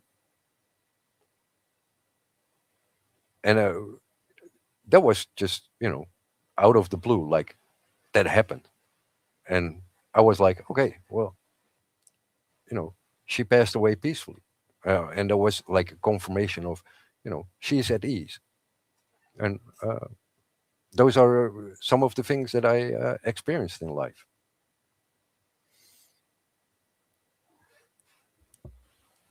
Fascinating. Thank you so much, Ivo, for sharing those with us. Remarkable stuff. Ivo, would you mind telling us what that shadowy spectre said to you in the bedroom? No, that's between me and the specter. But it made sense to you. At that time, it didn't. Oh, okay. Later on, it did. Mm-hmm, mm-hmm, mm-hmm, mm-hmm, There mm-hmm. is like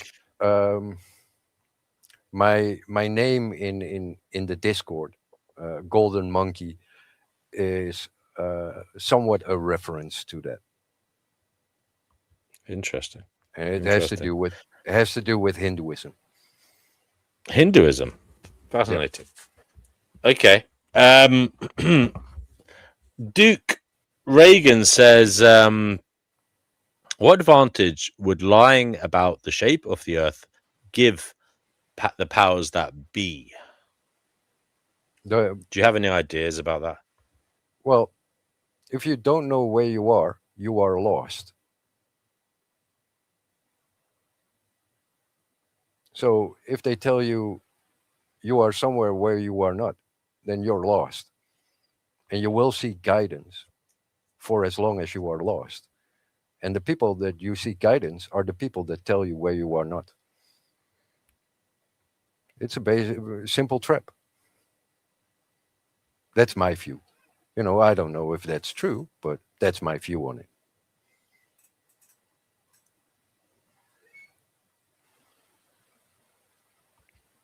Thank you for that. Tanel says, Alex Hills, we do experience parallax 6 months apart thanks to the width of the Earth's orbit. It's been measured and helps us identify the distance of stars. It's not visible to the naked eye. It is tiny. Do you know anything about that, Ivor? No, I don't keep busy with things in the sky because Well, Ivor, I've got to hand it to you.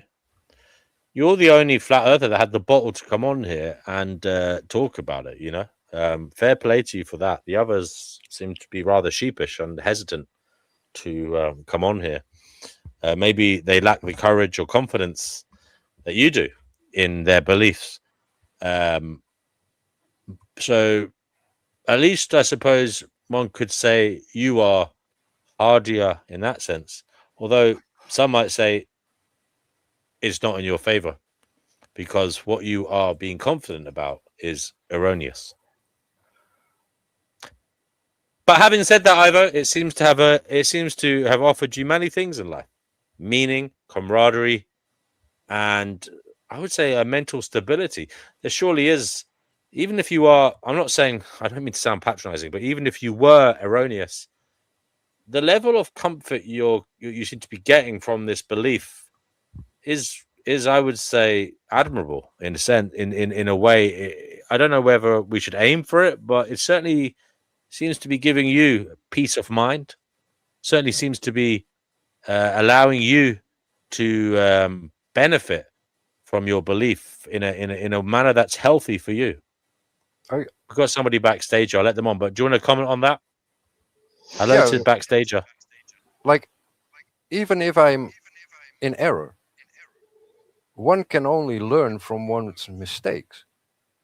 And when you're not willing to make mistakes, you're in a bigger error. That's my point of view. Okay, thank you very much. We do have an echo, and it's on. I think it's on your. Is it Alex. okay? I'll take my headphones off. Hang on, I'm trying without my No worries, headphones. Alex, I do appreciate you coming on here. Thank you very much. You've got Joe. Yeah, Cool I just here wasn't really Alex, keen to put my YouTube account name in there, but anyway. well, you're here. You're here now, Alex, and you are. I would say I don't know how I randomly came across you. I don't know how. Don't ask me how this all started. It's something to do with politics and religion. I think maybe their Discord, and I was in there, and I saw a discussion there by amongst a load of people talk about flat Earth, and I thought, wow, this is interesting that they're having this debate, and I thought, why not ask a couple of them if they want to come on and talk? And you were one of those individuals. Now, Alex, aside from the flat Earth, do you mind if I say you are a very interesting lady, a musician? Thank you. But by the looks of it, a very talented musician. I haven't heard it yet, but you seem to be working professionally. Not a professional, but I'm in a bunch of bands. But I'm actually a former academic. Actually, I was gonna say, you were a lecturer, right? University lecturer, right? Yeah. But I mean, like most people, I found the system was captured. Okay, and you're also heavily involved in supporting Julian Assange, right? Yeah, well, I mean, I don't agree with everything that Julian didn't speak out on and everything, but I do agree with free press, and I didn't think that he should be persecuted. So I kind of was the New Zealand and also the global grassroots protest lister, I guess, because New Zealand sees the sun first, and we used to have these protests all on the same day around the world, and many cities.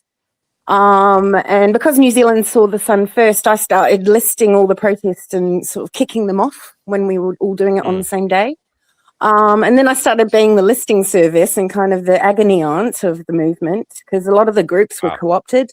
A lot of the main groups were really, really like infiltrated. So, and yeah, I did a birthday event, and I invited the world to celebrate Julian's birthday and have a candle vigil.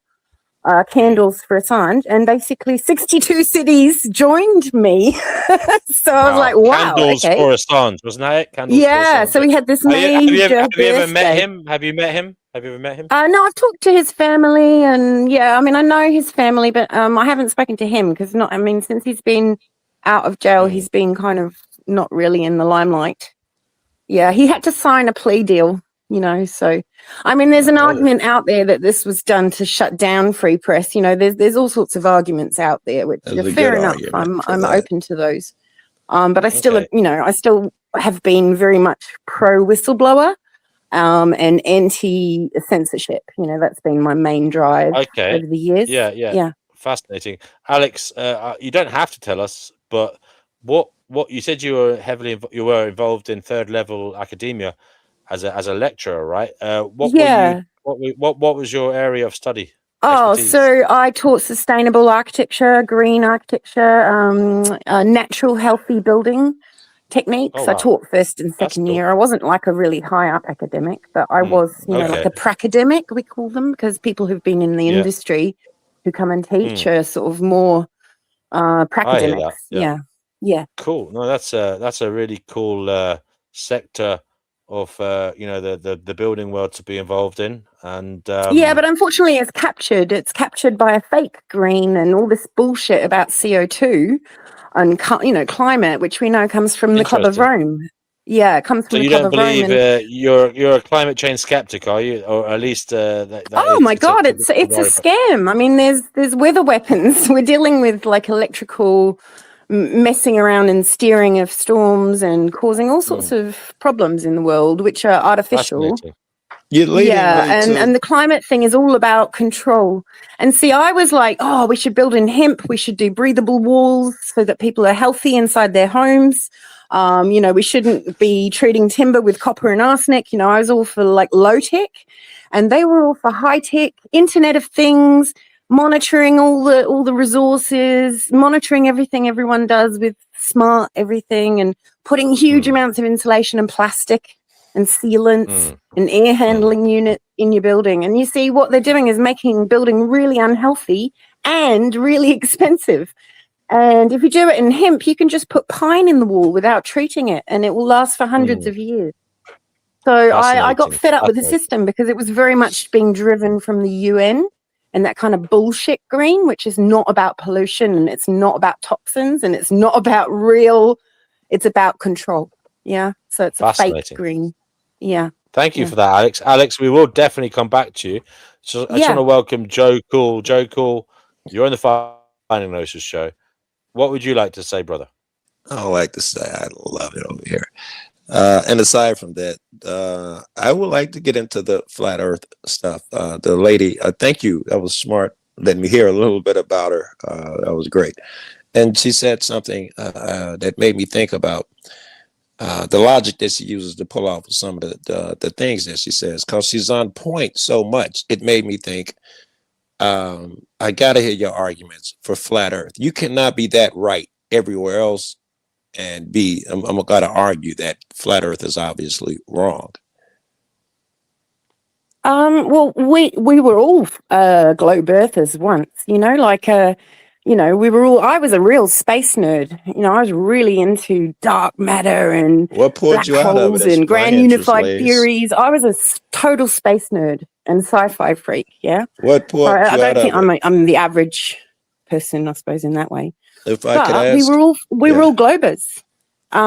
It's just that then you start making observations and you start testing on the real world what you've heard these rumors of. And you think, what I want to hear. I'm interested in the observations. Tell me about them. So I've done quite a few observations here in New Zealand. I've just been taking photos with my phone. I don't have any fancy camera equipment. Yeah. But for instance, I was down in Hokitika Beach, standing on the beach, and I photographed a peninsula that I had just been on a lighthouse on top of a 70-meter high hill. Yeah. And I could see it from 117 kilometers away. And I've got a photo of it, and I dropped it down in 24/7 Flat Earth Discord and showed them that one because it was just with my normal sort of mobile phone. It was nothing special, but it was incredible. How clear? I mean, look, Alex, you're both very well able to speak. Okay, I'm not saying you're stupid people at all, and I think you're very likable. But why is there such a dismissiveness of atmospheric refraction as being the explanation for these photographs? I would have thought typically altitude, atmospheric refraction, if you hear like PhD physicists talking about it, some who have been cornered on this topic because it is perplexing, they say that you can kind of argue for say 10, maybe 13, 15 at the absolute max, depending on the temperature gradient and taking measurements and testing like where the hot air and hot and cold water and what you're actually dealing with. But how everything that's been done shows that it's flat, and I don't know what to say. Like the refraction, if you just allow 10 to 13 to 15%. But we're talking about observations that happen far over 10 miles, 16 kilometers. We're talking about some that are as long as 40. You say all you had was your iPhone, though. You would have needed to know how far above sea level each place was. You would have needed sophisticated machinery, lasers or something to pull it off. Yeah, well, a lot of, like I keep on saying, hundreds and thousands of observations have been done with lasers, mirror flashes. People have just, seen objects on the other shore that say, for instance, a 10-mile wide lake. If you're standing on the shore and you're just filming quite close to the water level and you photograph across a 10-mile wide lake, a 5-story building should be hidden on the other shore. Right? That's very easy to go and do your own observations and test it out yourself. And that's when you do that's when you realize the sky may well be operating like a sphere. No one denies that there's a celestial sphere. If I could give you some pushback, but the ground is definitely behaving like a flat object in every measurement ever done that I've seen. If I could give you some pushback, because I'm a nerd for this shit, and I just happen to befriend all of your friends. If you're a flat earther, fucking Jaren and whoever, that whole crew, Dave. Jaren isn't a flat earther. Jaren was a flat earther. I wasn't done. He's a money maker. You loved him before he went to Antarctica, didn't you? Him and No, Witz I and them. didn't actually. Oh, really? Okay, but that's irrelevant. I'm saying I'm friends with all of them. Sav, Flat Earth Dave, not the one Dave, the other Dave. But I've known them all. I've heard all their arguments and shit, and Craig and a bunch of them. I've talked to them all.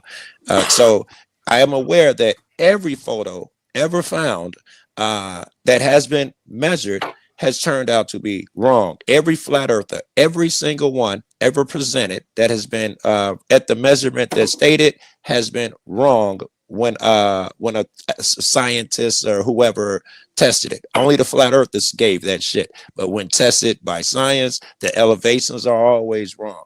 The only reason I'm What saying is about because Dr. you said John there are Dee, tens of thousands. whose There academic cannot be, career because is I all haven't about seen light? one. Go ahead. He went out and he went out to debunk flat Earth because he thought it was ridiculous, like all of us did. All Who of went us out to thought it was debunk flat ridiculous. Earth? And he went out to debunk flat earthers and he became Yeah. a flat earther. So that's a PhD. And I'm Who we sorry, but talking like, about? Who? I'd like to see measurements of curvature from the globe side. I didn't hear I'd your like name. to see The it. name of the person, first of all. Here. So we don't have to trust anybody else. And we don't have to use math and things. We can make simple observations that we'd have to overcome before we get into refraction and shit like that. Simple shit. If you could follow me for a second, you would agree that everything on this earth, I don't care if it's a mountain, tall building, cat, the further you get away, the smaller it gets. It shrinks. It's not literally shrinking. As long as you can see it, it gets smaller and smaller. But the further you get away, that's held on the planet. You agree? Yep. Tell me, what does it mean if something gets super far away and does not shrink? What would that tell us? Because you have to believe that, Well, because the sun doesn't can you give me an shrink. example? You're talking about the sun, the I'm projection, talking or about the maybe sun physical and the object moon. sun.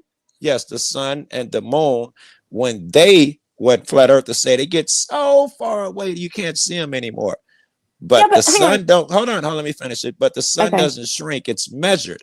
It goes behind something full size. How do you explain that?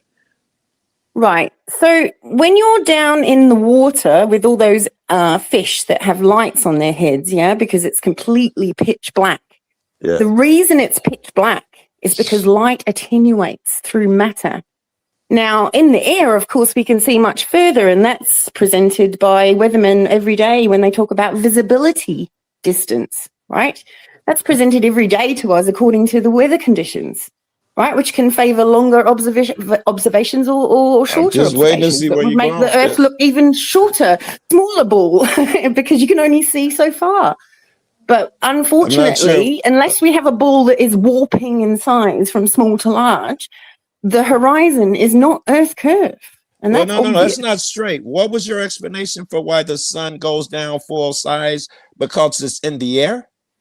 Because you're looking through water, right? You And you're mean looking like you through do dense layers of atmosphere, which eventually, like panes of glass, all laid birds, planes, end to everything end. else, You're looking through rockets. millions of panes of glass. You'll see black. You You'll see see many black. stuff Yeah, in that sky. nothing. No light will go through. Let's stay with you. You see many things in the sky. They all shrink. Birds, planes, rockets, whatever it is, and the sky shrinks also. Why does this rule only apply to the sun?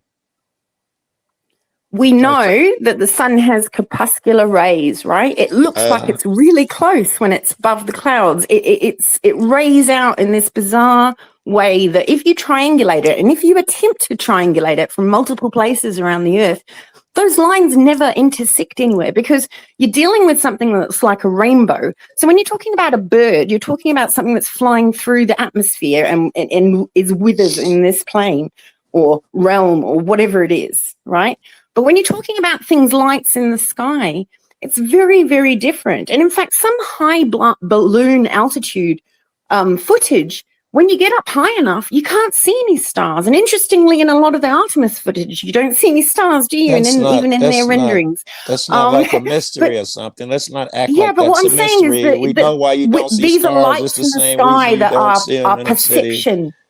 We're perceiving this in our globe eyes. Yeah. We're perceiving our reality None of through this our changes your globe argument eyes. because we see all reality through our globe eyes, and airplanes and everything else shrink. That balloon you said that goes up in the sky, if you watch it, it will get so tiny it will Does disappear a in rainbow the shrink? air. Does a rainbow shrink? You're not going to say why the sun doesn't shrink. Like, you know how the moon kind of almost appears to follow you along in the car? You know, when you're driving, when you're a kid and you're watching it, it almost creepily seems like it stays the same angle and follows with you in the car when What do you're you rushing think? through the countryside. What does you Yeah. think that proves? Rainbows, you can't ever get to the pot of gold, can you? Yeah. Where is this And that's why going? the sun appears. And if I point to No, the sun you and I've got can't another say mate cause of pointing to the sun, we're rainbows. pointing in different places. You can't Yeah. say because of rainbows. That's why the sun doesn't shrink and everything else because of rainbows. I'm That's saying a what's in the horrible sky answer. is in the sky, but the earth measures flat. Yeah, so whatever's happening in the sky is happening over a flat earth. And until you show me some measurements of curvature and get back down to the earth, No, we're I don't want nowhere. We're us to just do going round in measurements because we circles have about a to. spiraling sky. Don't, please don't ask for evidence, Dan. That depends on someone else. The measurements that someone else took. We can stay with what we can observe. You said what's in the sky must be happening down here, or however you just phrased it. Everything in the sky is a circle. What do you call it? A globe. Why would the Earth be flat? Are we special?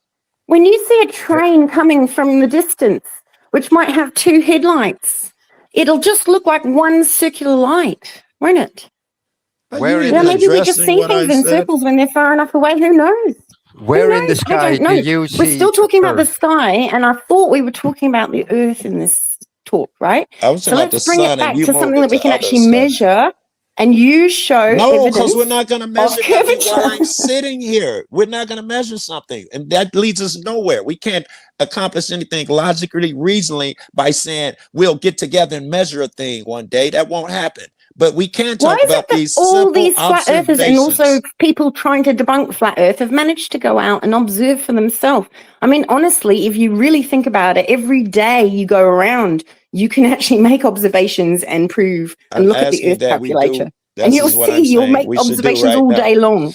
Listen, you said it, people who go out and look at those and make the observations for themselves of them videos you're talking about, every single one has been that they've done, the flat earthers have had to retract. Those tens of thousands of things people told you, they've all been went out by measured by somebody who's saying, why don't someone go out and measure them? And they put a video show up me of your your one. favorite videos. Show me your being curvature version then, because if there's thousands that are supposedly debunked, show me your one version that's okay and measured curve. Show me it. I don't know what you're That's what asking we're for. asking for. I That's don't all know we're what you're asking asking for. for. I said, I don't understand what you're asking for. You want me to show you a measurement? You keep on saying that these measurements of flatness have been debunked, whether they're laser, Oh, you want radio to see one of the beams, videos of one of the weapons, line of famous? sight. You I said think they've all been debunked, you but want to yet you see one of can't those present me videos? one piece of evidence to show Oh, a curve. no, I could do that. I could take your best video. You pick the video and I'll show you the debunking. You said thousands. What if your favorite 21 video? Mile Salt Flat Lake. That one, the Taboo Conspiracy. That's a pretty good one. Or the Dr. John D one. Yeah, he's a 24 PhD. Mile He should know. Salt Flat. Peer to peer. Go find peer to peer, and then the debunk of peer to peer. Let's see what peer to peer is. Oh, I feel like I'm spelling peer wrong. PIER. Yeah. My girl. I almost called her my girlfriend. My friend's name PE. Peer to peer. And I showed peer to peer by Dr. John D. Dr. John D. Dr. John D. Peer-to-peer experiment 7 years ago.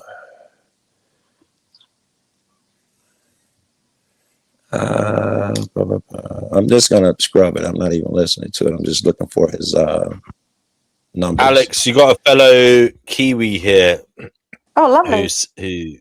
But he says instead of asking others to prove the curvature of the Earth, go out and find for yourself how it's done. Well, I've done that. I've done that multiple times. One of my observations was of Mount Taranaki, which is like New Zealand's Mount Fuji. And you can see Mount Taranaki from 220 kilometers away. That should be so far down under the Earth curve. It's not funny.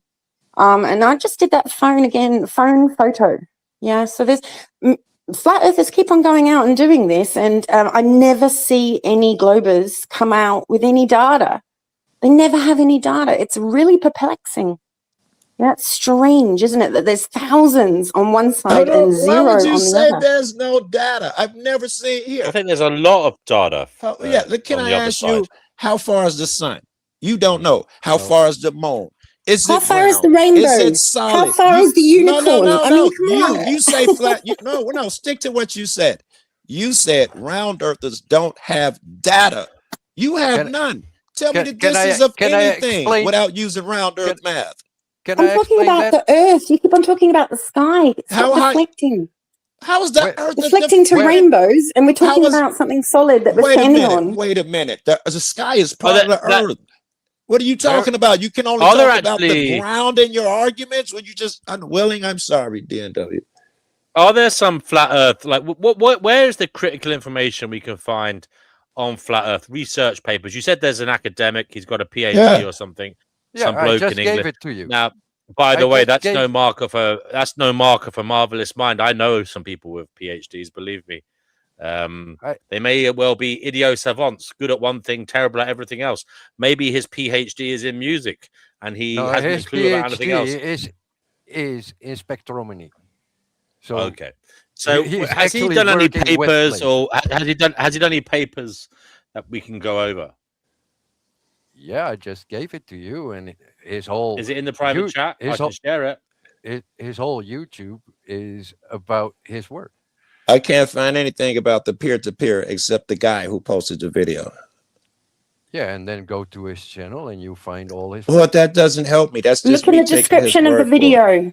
Look in the description of the video. You'll find the paper link. And you made a claim that if we brought you a flat Earth measurement, that you had a debunk for it. So you would have to look for the debunk and not. No. John I would D. agree. I assumed you would so say you something. You don't have the debunk for John D. No, I didn't mean to. Listen, so you're not doing gotcha shit. We're trying to learn shit here. Yeah, you're just talking on to make a point here. I'm already agreeing that I was not trying to say I have everyone, even if it sounded like that. That was not my intention. I thought you'd name one of the famous ones. Not everyone ever made by a person. This is one of the famous ones. I can only find one reference for it by anyone. How famous can it be?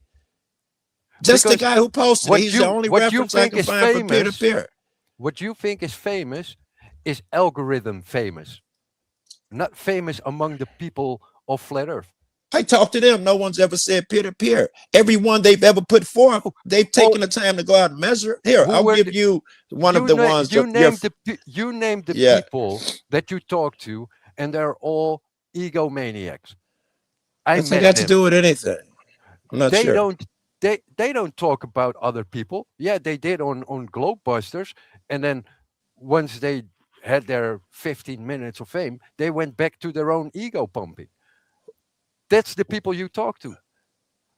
So I don't understand what's the difference from a flat Earth and an Earth. Everybody has ego. Everybody calls people names. Everybody does the same thing. You are not about to make an argument that flat Earthers have some type of high moral ground. You shouldn't do that because that won't last. That won't work well.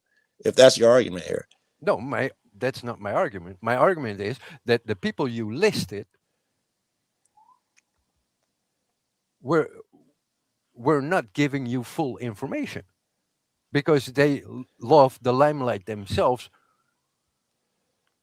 That's what I'm saying. I'm pretty sure, again, flat earthers love the limelight. They lie to you every day. Have you seen all of this stuff the flat earthers put up? You've seen it. If you're into this stuff, wait. Let me ask the question. I'm sorry if my energy is bad. But recently from the Artemis, all of the images put up, it turned out that flat earthers faked them. And they found the names of the flat earther, famously the one with the round ball. Interesting. Right? They found the guys. The one is really interesting. Go ahead. I'm not looking into what other flat earthers do. Ivo, and Alex. Now, many people call you conspiracy theorists. you're suggesting there is some kind of orchestrated project to delude the masses into thinking that the Earth is a globe. What do you say to the people who say that you are in fact the ones being duped? You are in fact the ones who, for some reason or other, the CIA is stirring up to believe these things as some kind of experiment, just to see how far people will go to believe something that isn't true. I mean, you could be the monkeys who are being experimented What do you upon. I'm say, sorry. bro? Well, I will say that the other side is relying on peer review systems that were put in place by the Epstein class. Now, we're talking about Robert Maxwell, who brought up all the scientific journals. Pergamon Press is merely the tip of the iceberg. And that was many, many decades ago. We're talking 4 or 5 decades, that at least, if not since the Rockefellers took over, you know, our medical and our science system, maybe even 100, 150 years ago. But, you know, the science that backs up the globe tard, the Pythagorean sun cult side, that's all Epstein class peer review process approved. You can't have that think both about ways. that. The science on the phone that you're on, the internet, the sub, the bus, the car, all science by those same people. You can't have it both ways, where science works for you, but when you don't like it, science is bad because who made it? These same Elon Musk, them, every phone, TV show, all of that shit that you rely on every day is science. So you know it works because you're on the freaking internet right now. Science did this. Epstein science, but we know it works. Yeah. All that science is also a side product of the military-industrial complex, who we know are very, very trustworthy. All of it. All science is in servitude to the military-industrial complex, is it? Yeah, all of it. Most of it. All of it. NASA has been declared an intelligence agency. Are you sure about that? You know? They've got an official. Yeah, go look it up. Yeah, well, Google it. Well, what about, as I'm saying, even if it is or it isn't, what about the fact that you may be the ones who are being manipulated to do things, to say things, because they're saying, just let's see what we can do if we cause humans to have beliefs that aren't true. How far are they willing to go? Take it? They won't believe their own eyes. maybe there is some man in some laboratory somewhere analyzing the data you guys are coming up with, and they're saying, my God, these human beings, we're capable of making them believe anything. And maybe you should. And maybe what they're doing is they're using you as a project for future plans, which might be more dastardly. Ask that for yourself. Look in the mirror. Ask the same question to you. Have you tested what you believe in? Have you tested it? You have zero faith in anyone who is an academic. Look, I'm skeptical of a lot of academia, especially since I have spoken at length to some people who appeal to academia all the time.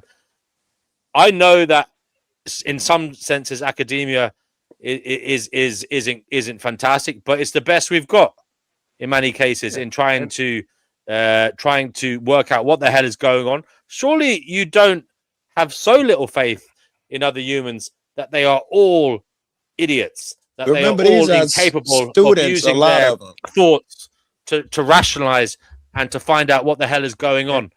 Surely not all humans are stupid. There's only a few of you. Are you suggesting that you guys are the high IQ gods walking amongst us? Come on, guys. That to me, with respect to you guys, if I was to make such a claim, people will call me a raging narcissist. Egomaniac, yes. An egomaniac. You guys know the truths that no one knows. NASA spends trillions of dollars come on, guys. You're so special. Come on. Right? Every academic student gets cut a check to fool few people because you're so special. Was that reasonable? Look, I'll give you an example here, Alex. You were an academic. You worked in architecture and designing, and looking at these sustainable developments, these buildings that were built in line with the environment, and you obviously use science to cater for the engineering and the build of these structures to make sure they would have longevity and the safety in mind of the inhabitants. You used your science there. Why is science good enough for you there, but not good enough when we're talking about the actual way the world is? Well, I think, what's interesting is that there's a lot of assumptions built into By the way, science. I mean other people. So we've got the peer review process problem and all that other stuff. There's a lot of assumptions, a lot of things that are built into science that has been learnt in and people don't question. And they're just building upon those foundations. And that's caused a lot of trouble in scientism land, right? So when you take only empirical evidence and you really focus down on logic, use of logic, and avoiding fallacies of all kind, be they, genetic fallacies, ad homs. But what you seem to notice, and I'm talking, there's a lot of evidence for the flat Earth, right? But what you seem to notice in the globe side is that every argument isn't presented with evidence or anything empirical whatsoever. It is always coming down to fallacies, appeals to authority. Yeah, I gave you none of those. You just came up here with a guy who did none of those, particularly to disarm you of that argument. That's why I didn't use any of those. What other mainstream scientific beliefs are you skeptical of? Can you think about that and come back to me in a moment, because I want to bring in Kenny. Oh, that's dope. Viruses, Kenny's contagion, nukes, Alex, sorry, darling. Alex, hold that, please. We'll come back to you in a moment. I want you to let that stew away in your mind, and then I'll let you talk in a moment. I want to bring Kenny into the conversation. Kenny, you're on the Finding Gnosis show. Again, you've been here already. What do you have to say at this juncture? Yeah, I just wanted to ask Alex if there's another one up there too. You could ask. There's two flat earthers up there. The other one's just being quiet. Yeah, not us. I know. Okay. What shape exactly is the Earth? What shape is it exactly? I don't have a shape plane.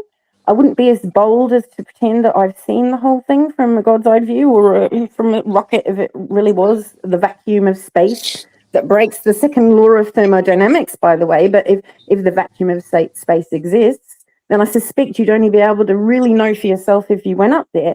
But the problem is all the evidence presents a flat, stationary plane. And even a lot of PhDs agree with this. There's a whole lot of geocentric PhDs. There's people that are halfway there.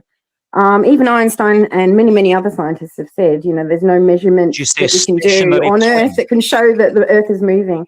So I believe that there is some evidence for the ether, but I can't say for sure. I don't know about the shape of the Earth. I know that it's measuring flat, and that's what we keep on moving away from. And we get a whole lot of discussion about, flat earthers are this and flat earthers are that, and they're so stupid. But we never have any evidence from the globe side. I'd like to see some evidence. You just contradicted yourself. Why? You said, because you said that the Earth is flat, but then you said that you can't measure exactly what shape it is. So you're in between. Flat is not a shape plane. Flat is the surface feature. Expression. Surface feature versus curvature. There's no curvature. There's no provable curvature. Therefore, the Earth is flat. Whatever's happening in the sky, be it a sphere, a celestial sphere, a projection, a rainbow, whatever it is, it's happening over something that measures flat. We know it's not flat because you can get a telescope and look to New York. So we know it's not flat. They recently flew around the moon and took photographs of the Earth and seen that it clearly is a sphere. A globe, and if it is man, indeed that's really flat, sad that you. How do you explain that the sun? How do you explain that the sun sets and rises at different times at different parts of the globe? Actually, real pictures. How did you verify all that shit? Did you verify it? Did you go around the moon and take the same pictures? Can you reproduce it? Basic element of science it's a consistent shape. You cannot reproduce it, so you have a belief. What if there's live videos of footage of Earth taken from the space or the other space knowledge stations? No, but you cannot reproduce it, so you have to be in good faith of an institution that you're is known you're to have under the same lied. restrictions. You can't go to the bottom of the ocean. You have to take on good faith that other people have been there. When you see the giant sea bass, you've never been there yourself, And but you do I believe make that the claims about Australian that? ostrich exists, do I but you've never been there yourself. Do I flaunt knowledge about that, or do I Yes, feign? yes. You No, have I not don't. seen in person or verified every photo of an ostrich, sea monkey, ape, and those all of these, every animal you've ever named, you have not seen in person. Octopus, leopard, shark. Every time you've mentioned that, you telling me you verified it before you speak on it. That's not true. You shouldn't even stand on that. And don't Hey, expect a round earther too. You You don't know ask me and how many crazy stuff. examples of those I have or have not seen. You don't know any of that I shit. just know humans, and you shouldn't And stand on this, man. You're gonna die I on hear this hill. people talk about science, and most of you don't even know See the what curvature of the is earth the there in that footage. requirement of science. You don't even know how the scientific method works.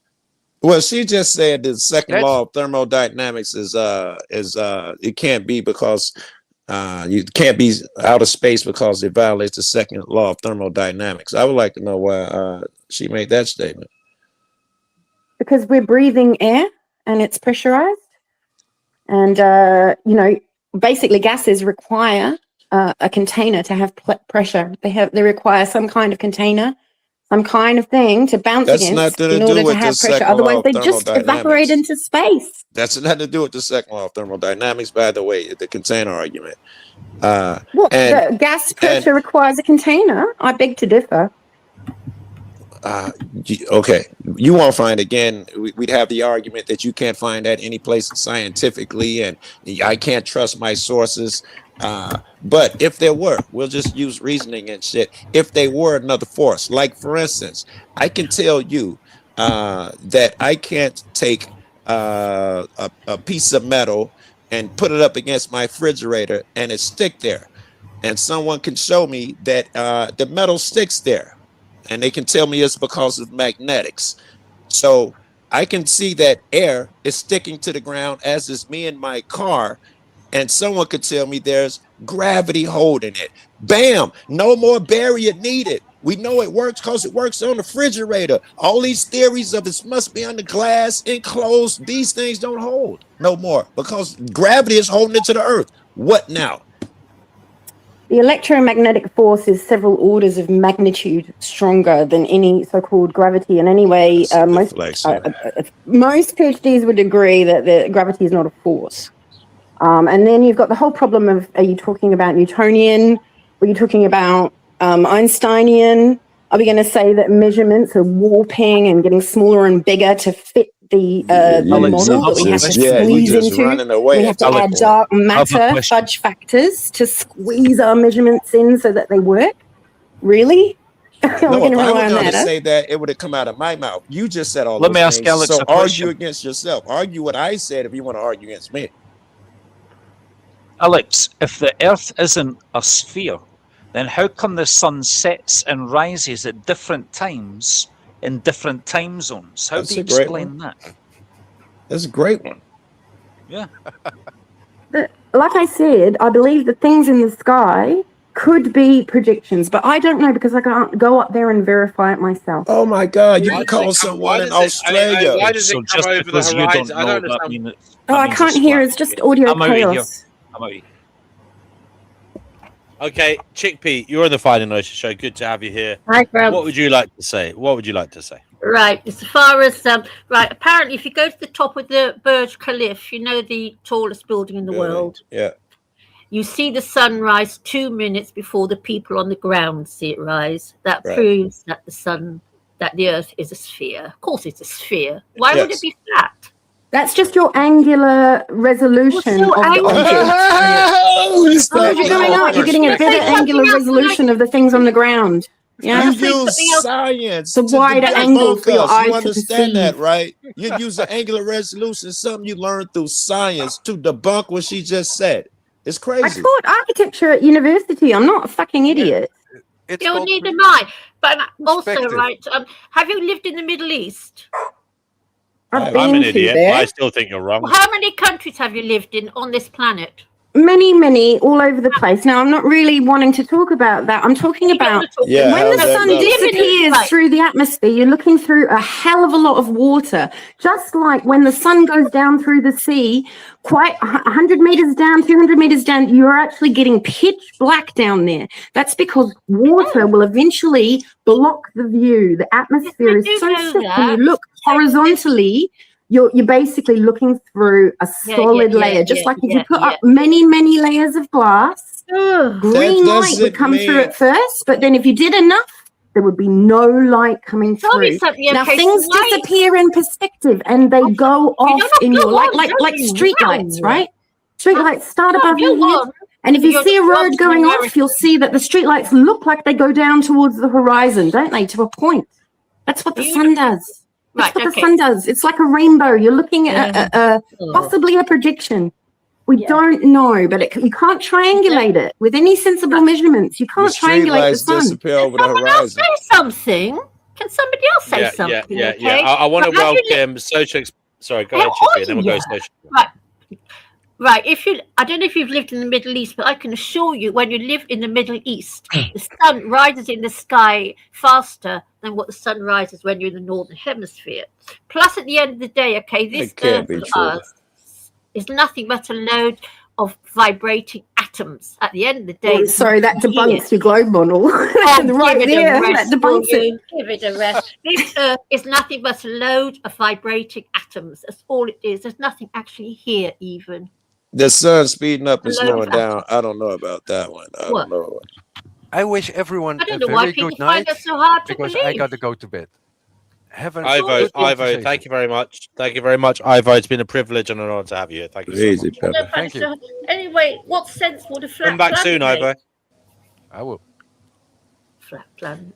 What sense would a flat Okay, we have planet social experimentalist here. Social experimentalist, you're on the Find Gnosis show. dear me. We have been talking about people who believe that the Earth is flat. At the moment, there is only one flat earther here, I believe, and that is Alex from we don't New Zealand. believe it. We've tested it. We've measured it over water, and water doesn't curve. So we're just presenting the measurements, and no one is presenting any globe measurements. It's really interesting. It is always about fallacies when it comes to the other side. It's incredible. What measurements have you measured? I haven't seen your measurements. I asked you where the sun, the moon. You said you didn't have any measurements. Now you're saying you do? I've taken many observations, and there are thousands of measurements of laser lights over You're water. taking somebody else's word for the it. laser light should not be the same level on the other side of the lake. It shouldn't be. It should be a curve. Yes. Yeah, 10 miles. You go to a 5-story curve. Stupid woman. Go ahead, you know what the diameter? You know what the Earth measures? 24,000 miles around the equator. Okay, so I mean, you're going to have to do one hell of a lot of things to get see a bit of a curve. It's 10 miles. Right, well, 66 now the foot Earth of has a drop dimension. over distance. So you just need a 10-mile wide lake, and if a 5-story building on the other shore is visible, then that means the Earth isn't curving. You 5 just agreed stories, that 10 miles. everything you say shrinks and disappears. Everything, but apparently your argument now is that they don't shrink and disappear. You can see them endlessly.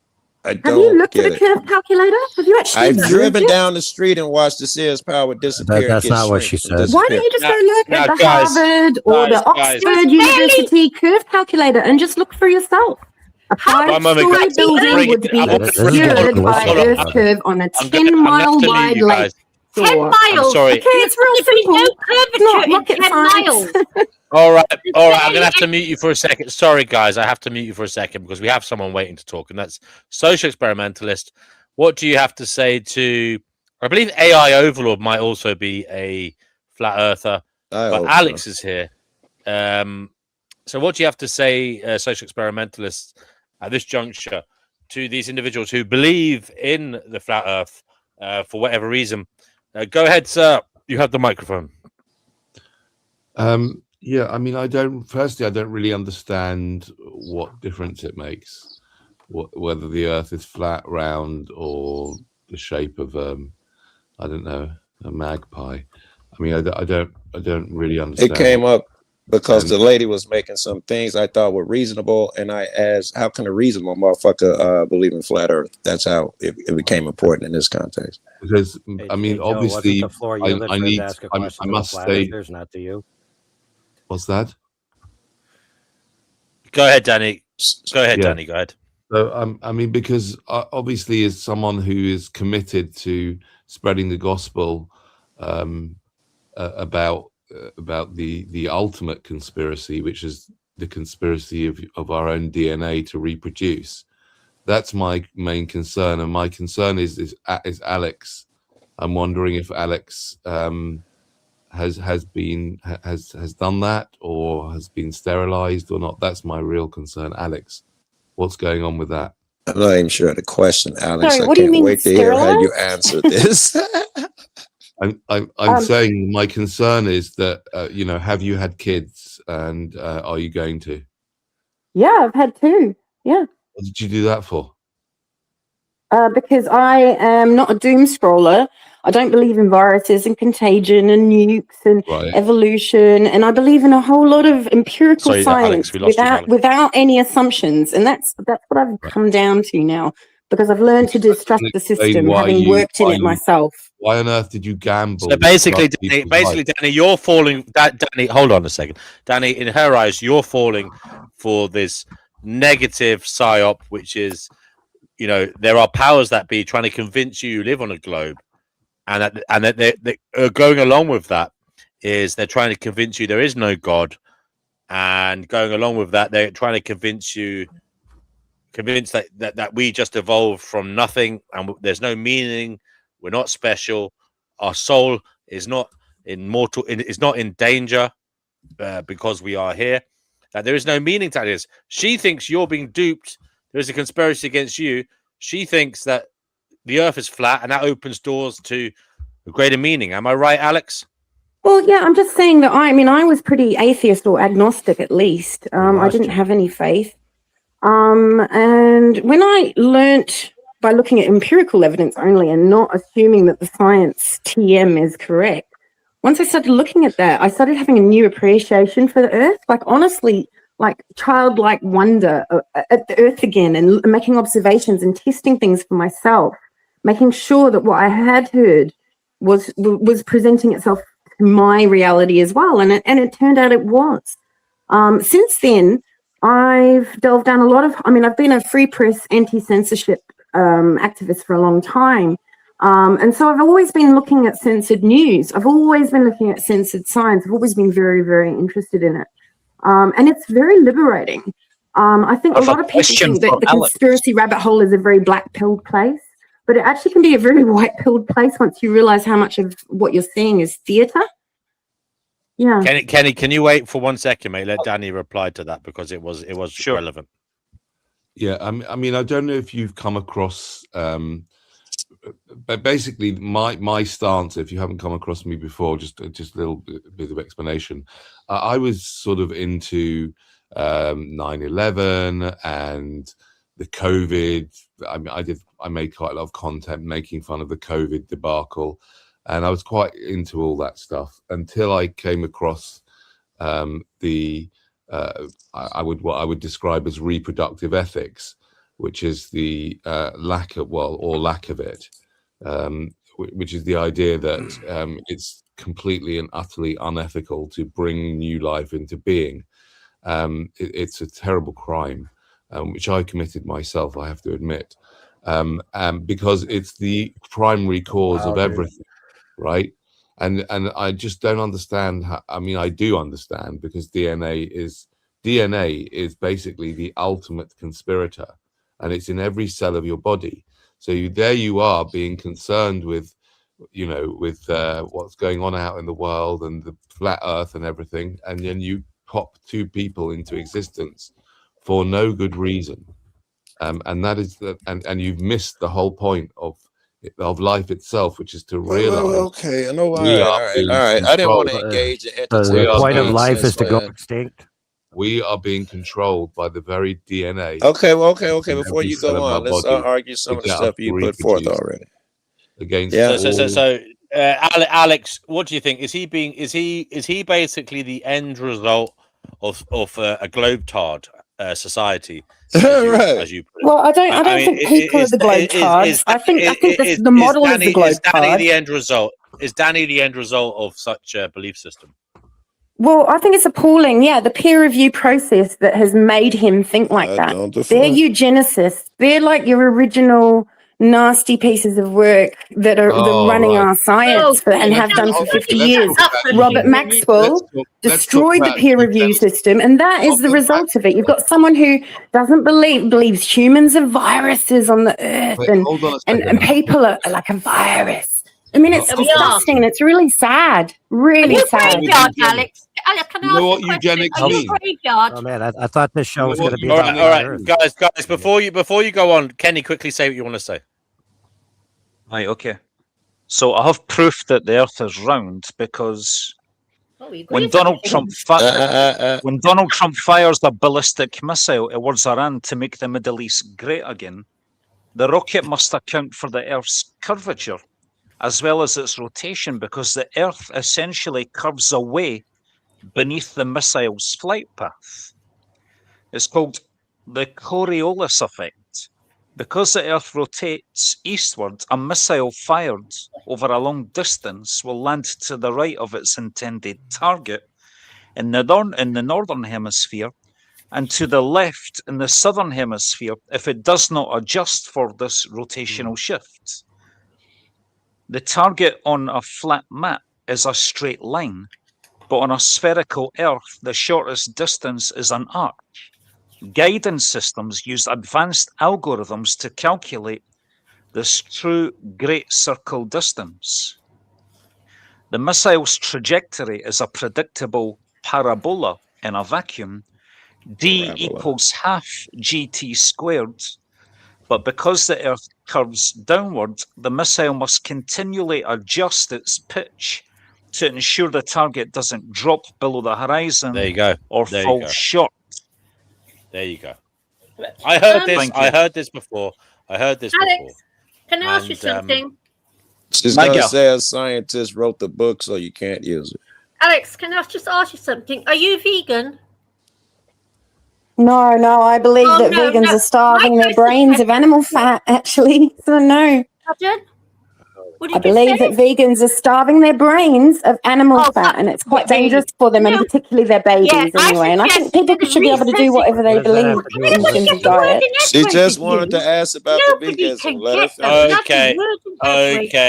That's again, Alex. A co-host or something. No, he's my friend here. He's welcome, and he does a good job. He sometimes butts in to tell me to shut up, and then he does that good laugh. So, AI Overlord. I want AI Overlord to speak. I don't know who AI Overlord is. AI Overlord, what do you have to say about everything that's been said so far? Add your own thoughts. Are you a flat earther?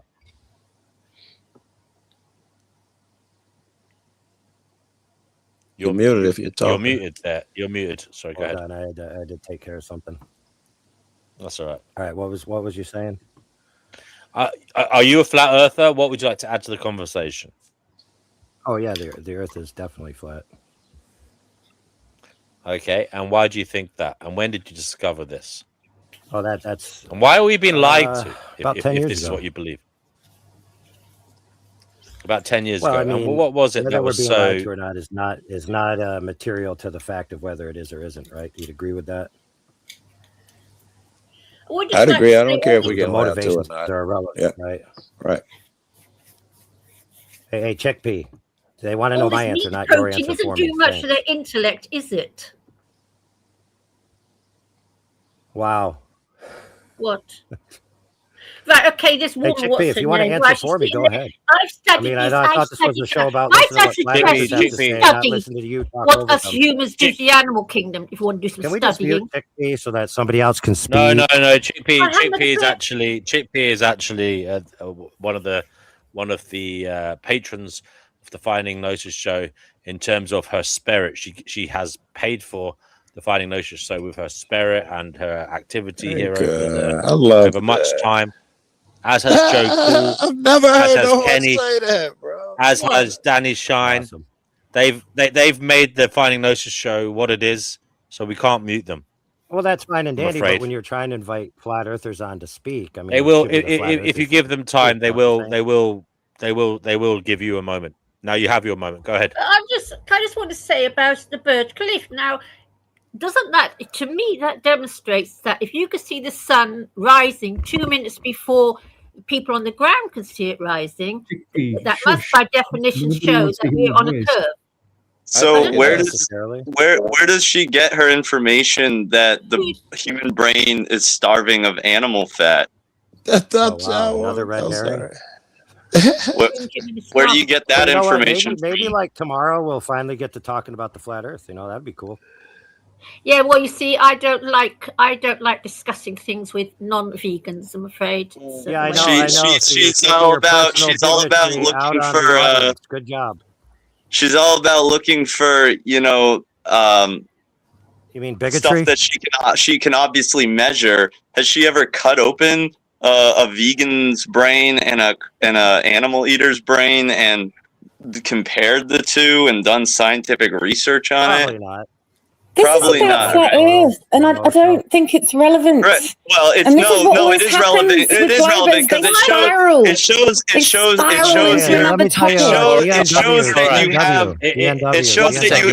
listen. It shows her lack of epistemic standards. That's what it shows. Wait. No, let me say this. You made that point, and I agree. You've made that point, and I agree. But we can move on. You made that point, Vegan. I agree with you. It shows her standard of research, and Alex, I implore you to do better research in that regard. Don't accept what you hear as verbatim, as the truth. Go out there, do your own research, and you will be pleasantly surprised because there is much to delight about in terms of vegan cooking, vegan cuisine. You can be healthier, fitter, and have a better conscience. Going forward. It's about cruelty to animals. Can we hear from AI Overlord now, please? It's about being cruel to animals. Exactly, I agree with Chickpea. I said she can have a better conscience going forward. That's what I meant. So there you go. Give a fuck about animals, man. That's the problem. No worries. She doesn't seem to. She doesn't seem to. And I think this could be related. Alex, dare I say it? That this could be related to your servers. I've been in thousands of debates and logged thousands of hours, but I guess hearing from a flat earther isn't what we want to do. So I'm sorry, but go for it. So you're the king. So if you want to hear from me, go ahead. You can come to our server 24/7 Flat Earth Discord. Bye. We are here now. Go ahead. Is he there? You better not be quiet now, man. Oh, he's gone. We have someone called DJ. DJ, are you there? Mic check. Yep. Mic check. Yeah. Go ahead, so, DJ. yeah, What are you about in relation to flat Earth? Yeah, I've been researching the topic for about 8 years now, and I've done a bunch of long distance observations myself. When I first started researching the topic, I decided to actually go out and check it for myself, just so I could know for myself.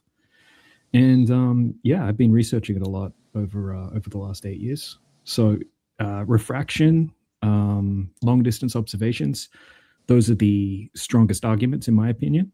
And if you wanted to rehash the refraction topic, I'd be more than happy to go over. I would not want to rehash it because it's going to come into numbers and shit like that no one is going to pull up to prove or disprove. I don't think that's a better line. I would like something observable that we could stand on rather than at 15 point miles so and so. I'd rather something we could find something more obvious. Yeah. Yeah. Why is it light at the pole for like the majority of the day? That would really only be explainable.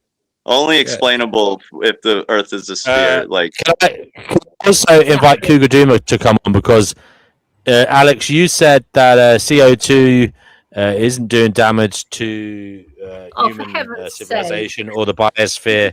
You said there is. You're a climate change skeptic. Is that right, Alex? So we have Cougar Duma 100%. Yeah, I used to teach sustainability at university, so go figure.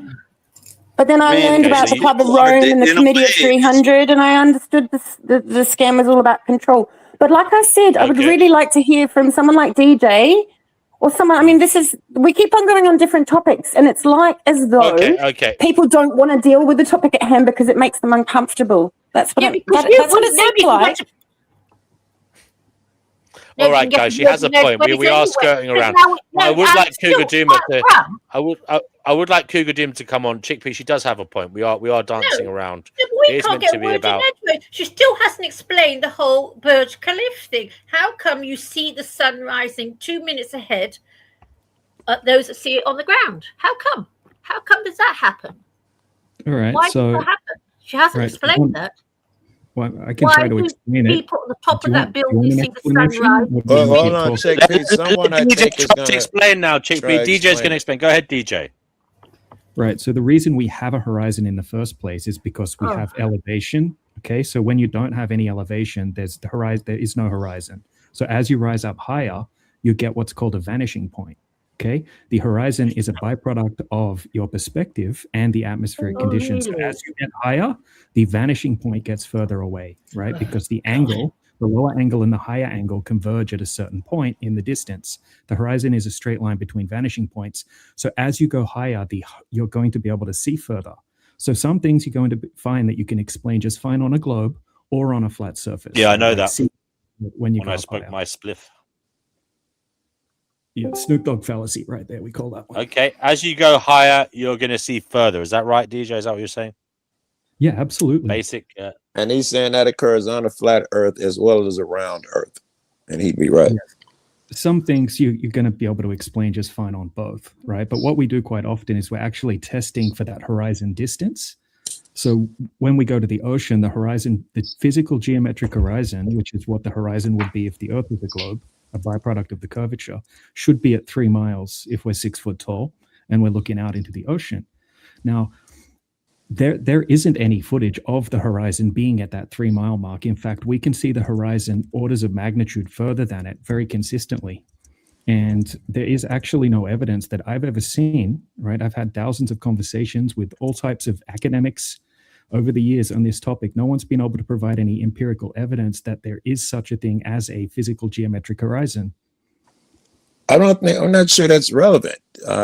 Just the fact that it disappears, even if it moves because you're 6 feet off the ground, 10 feet off the ground, where it disappears out of your viewpoint, we're going to call that a horizon. I don't, what else did you want? Also, why is it light at the pole most of the day? On the Why is issue it of light at horizon and curvature, on the issue of horizon and curvature, observations of ships disappearing hull first over the horizon and the way the horizon appears at different altitudes provide evidence of curvature. All right, Kenny, great.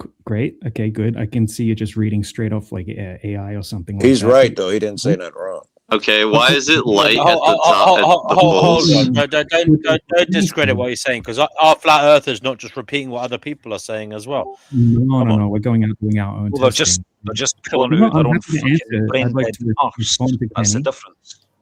That's fine. Why is it light? Why is it light at the poles? Let DJ. Yeah, come on, guys. Let DJ talk. Let DJ talk. Come on, crying out loud, guys! I'm going to make a rule now. Don't talk unless you've been told to. So, DJ, go ahead. Yeah, to Kenny, right? Great point. Okay, so look, I lived on the east coast of Australia at a cruise ship hub on the Gold Coast my whole life. Growing up surfing and fishing a lot, we would actually watch the cruise ships go out quite often. Now, what happens most of the time is that the ship will just get smaller and smaller until you can't see it anymore. And we have tons and tons of footage of this happening. So as the ship sails away, it will reduce in angular size. Once it gets below a certain size, which is 0.02 degrees, the human eye can't resolve an object anymore. Okay, then you can't see the ship, but you can still see the horizon. Now, what we've realized is that if we take out a zoom camera, we can zoom that entire ship back to view again. Now, there are some situations where the bottom of the ship will disappear first. That's when we have large ocean swells, or if we have a phenomenon called sinking refraction, right? Which is basically when you have warmer temperatures down lower and cooler air above it. And the light will deviate upward a bit due to atmospheric refraction, and it will cause something to sink, appear like it's sinking, even though it's physically unobstructed, right? So if anyone wants to, last thing really quickly, If anyone wants to check what that is, go to Google, type in what is sinking refraction. It will explain exactly. I know what it is, and big Now chunk of what explain you the said is poles. bullshit. DJ, why if I stand on the coast of Wales and I take a telescope out, why can't I see Ireland or if the Earth is America? flat? Right, so we can check the weather report and see what the average visibility is in your area. There isn't any weather that great allows day me to see Ireland. Yeah, beautiful day. So even on a perfect day, We could take any point on the planet where there is an ocean or large water mass between two countries or two land masses. When it's over a certain amount, we just cannot see it. Right. So exactly, because the atmosphere is opaque over distance. It's not perfectly transparent. Now, the maximum distance that you can see through a technically perfect atmosphere is 300 miles. But most often, it's much less than that. For example, over Lake Michigan, it's 3 to 20 miles on average. And that's why you can't see the Chicago skyline most of the time. Occasionally, you can get a really clear day where you can see 50 miles, 60 miles. But that doesn't happen all the time. So that you can look up the average visibility anywhere in the world. It's never going to be much more than 20, 30 miles usually for most locations in good conditions. Well, that would all... There's also the issue. Hold on one sec. There's also the issue of gravity, though. Wait. With visibility... relativity... With visibility... Why isn't anyone answering the question about the poles? Because he was already talking about visibility. With visibility, you can see different size things at different distances. The atmosphere can't be a thing if I can see the sun and the moon coming over the horizon. They are surely outside of everything we know of, and the atmosphere allows me to see them rise just fine. What's going on there? Yeah, so the sun and the moon are very bright compared to objects that you can generally see. Now, all that's happening with the sun and the moon is you're seeing them go into your vanishing point, right? Which is your perspective convergence point. English, pimp, English, right? Sorry, English. say that again? My vanishing point. Is there an English word that everyone knows for this that we could use? It basically means you're so far away you can't see it. I know what it means, but I don't want him to do what he's about to do. He's about to throw a bunch of fucking terms on there to try and convolute shit. I'm asking him to please speak simply if you're being sincere here. Use your simplest words you can. Yeah. And then answer the question about the poles. Right. Yeah, I'll get to your question. I'm trying to answer all your questions. I can't answer them all at once, right? So, look, your vanishing point is basically like I'll give you an analogy. If you look down a hallway, right? Let's say we've got a really, really long hallway. Please don't. It looks like this. It looks like the ceiling ramps downward. It looks like the floor ramps upward. Right. It looks like everything goes to a vanishing point. Okay, so we call that a horizon. Yeah, I think in normal people call that a horizon. Well, that dude, why change the word? No, that's so on a globe, the horizon would have to be a byproduct of the curvature of the Earth. Whereas if a ship goes beyond that, or something is beyond that, it should be physically obstructed behind the curvature. But we can see things that should be we can't. No, eventually we can't. it is. It's just a claim. Eventually it is obstructed. Yes, everything. The tallest mountain will become obstructed at some point, no matter how big it is, except for the sun and the moon. They seem to fucking obey different rules to you guys. You say because they're bright. Is there any proof that the moon fucking puts off any light at all? Yeah. EJ, can you address the issue of gravity, right? Or the poles? Why has no one said anything about the poles? Question at a time, guys. The poles. Let's do one question at a time. Hold on for one fuck's second. sake, children. Let me finish. A spherical shape of the Earth is confirmed by the behavior of gravity. If the Earth were flat, gravitational forces would not act uniformly, leading to observable inconsistencies in how objects fall or how water behaves. Great question, Kenny. Okay, so look, if gravity is something that's required to be able to explain a globe Earth, right? When it comes to globe gravity, we can all agree that things fall, if that's what you mean by gravity. But if you're talking about mass attracting mass to the center of mass on a globe, that's something that's required to have the globe, to be able to explain why we can have all of the oceans stuck to the outside of a globe. Now, we can debunk that very easily just by testing the surface of the water, because due to gravity, everything should be pulled towards the center of mass, and any, for example, 20-mile body of water over the surface would have to be curving at approximately 266 feet, which is 80 meters. Right? You still just spout crazy shit. You do know that bridges curves, and that the people who make those bridges say they have to deal with curvature of the earth, those long bridges. So why would you state that when you know other people are stating, the niggas who made the bridge will say we have to accommodate for the curvature? So why would we believe you? Right. So we contacted the engineering department for the Lake Pontchartrain Bridge. It's over 20 miles long. Okay. They responded to us via email. Okay. The secretary contacted the engineers with our question, did you account for the curvature of the earth when building the Lake Pontchartrain Bridge? And they absolutely did not. There's also a 100-mile bridge in China where Wait. I would love to see where they put that, because we could see if 20 miles. Yeah. Let's see that email. Let's see what that email says. Let's see that email. How can I share something? I've never used Stream. I would like to read this message out from Still Fucking Hostile, who says they like how calm and collected DJ is, despite being in a corner and being interrupted. A true gentleman. I do concur. I agree. Thank you, DJ, for keeping. All right, that's great. Now answer the question about whilst others around you are losing theirs. DJ is looking for the relevant information, guys, so allow him to do so. While he's doing that, I am looking up other bridges. All of them say they do curvature. I haven't looked up Pontchartrain, but all the other ones are saying they do curvature. Refer back to the Ferenzano Bridge, and that's got to be shorter than what he's talking about. They say they had to do curvature. Paul's question should be the most important, because it's the most obvious one that proves that the Earth is spherical, and no one has been willing to even step up to that. So just tell me about the poles already. Yeah, I can answer that if you wanted to get off the bridge one, but I do have the email. No. Stop dodging the poles one. Let's go. Let's hit the poles. I'm flexible, personally. Go to the poles. Yeah, sure. So what's your specific point that you can have? Why is it light the majority of the day up north, like closer to the North Pole? Oh yeah, right. It's not. Yeah, because when it's summer, right, in the northern region of the Earth, right, the sun's taking an apparent path in the sky that's much closer to the north, right, so that the sun doesn't actually get far enough away from that part of the Earth for it to actually get dark. Where 6 months later, right, when the sun's taking its greatest path in the sky away from the Tropic of Capricorn, right, when it's more towards the south. Dude, you are making an argument for a spherical Earth. Okay, it can't be lighter. It can't be lighter for like can't be daytime for 20 hours. The Tropic of Capricorn.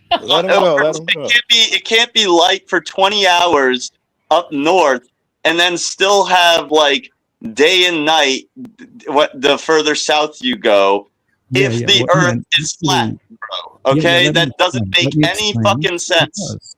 Okay, so at that time... Wait, can I add? I'm not going to change anything. I think he's understanding it like I am. You're saying over a certain point of the year, it pretty much just hovers in the same location.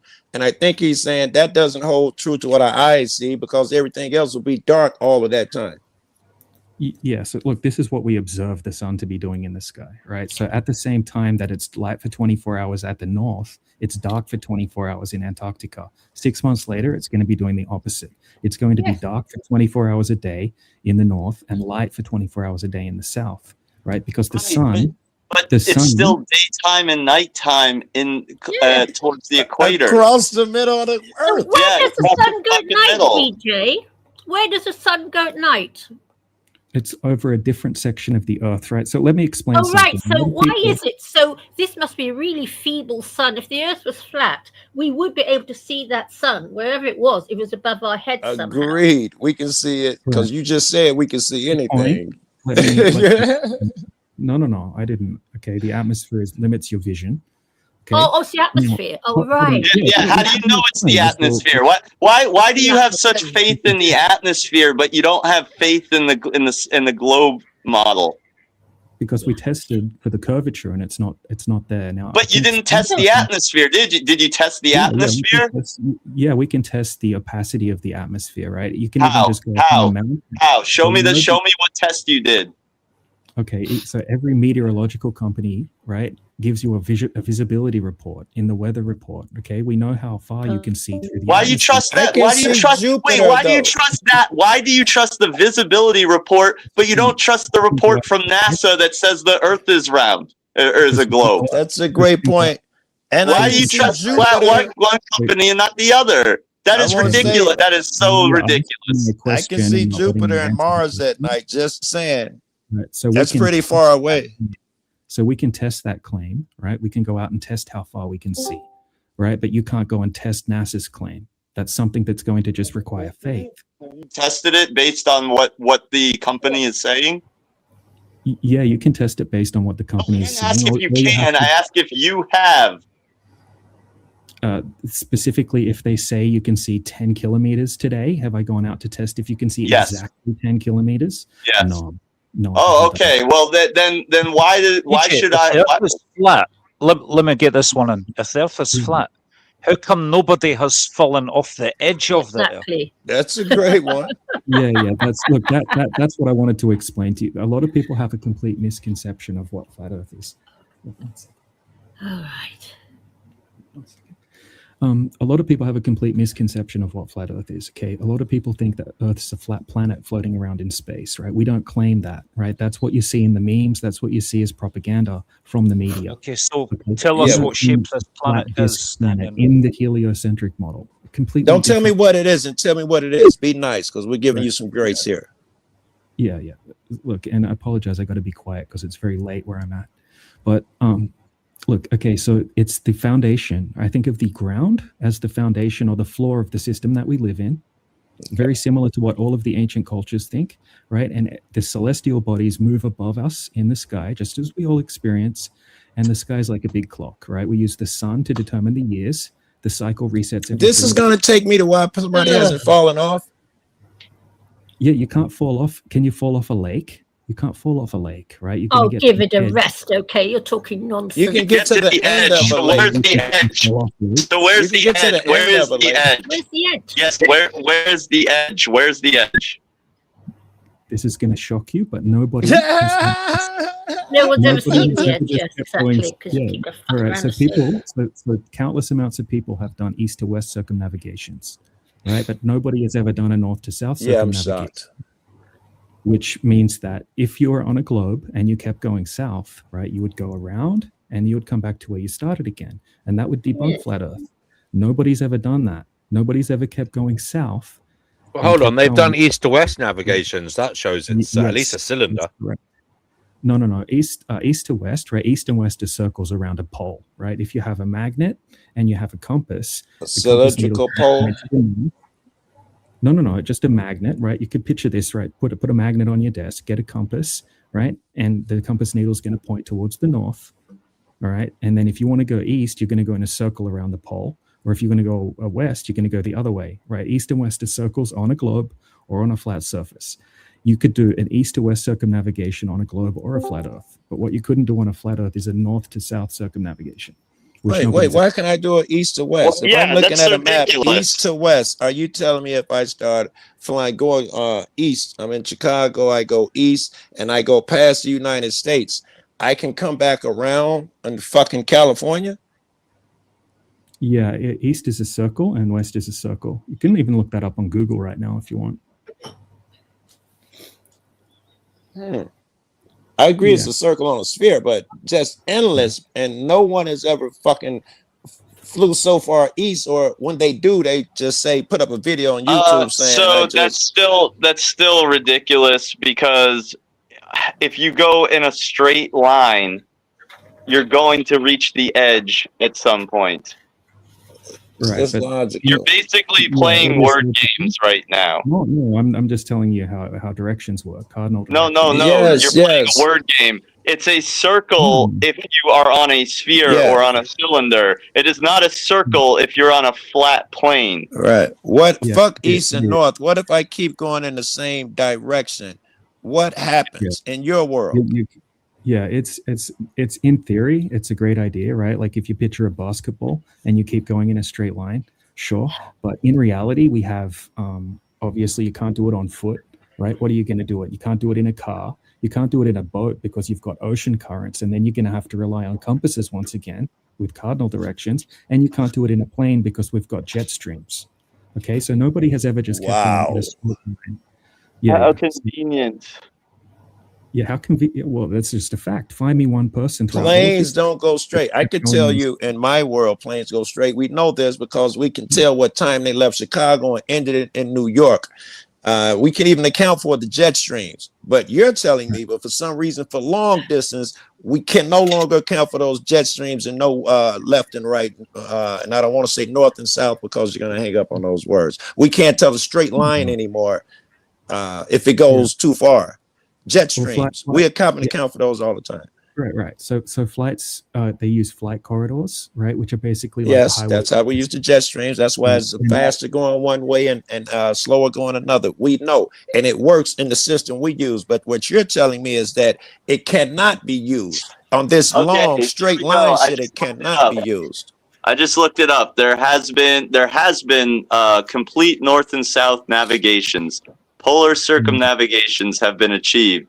The most famous surface level attempt is the historic Transglobe expedition, 1979 to 1982, and the first aerial journey was the Rockwell Polar Flight in 1965. Right. So if you actually look those up, right, if you look up for the first one that you mentioned, the Transglobe thing, right, look up the guy that was in charge of that, who's actually a proven con man who was taken to court for faking TV shows. Okay, his name's Sir Ranulph Fiennes. So Was he was he a con man? A con man in what regard? He was taken to court for faking footage. He was taken to court for faking footage. Okay. Literally. Okay, can I go to the next logical argument then? Since we're going to do that, we're going to have to go back to what I can see from my own eyes. I can see. Hold on. I can see the space station with a 24-hour view of a round planet. What say you? Yeah, the ISS. It's 24 hours. We could look it up now. Yeah, I got you. Right. So, okay, so what you see, you probably understand how lenses work, right? And if you use a wide-angle lens and you have the horizon above the center of the frame, it's going to look like it's convex.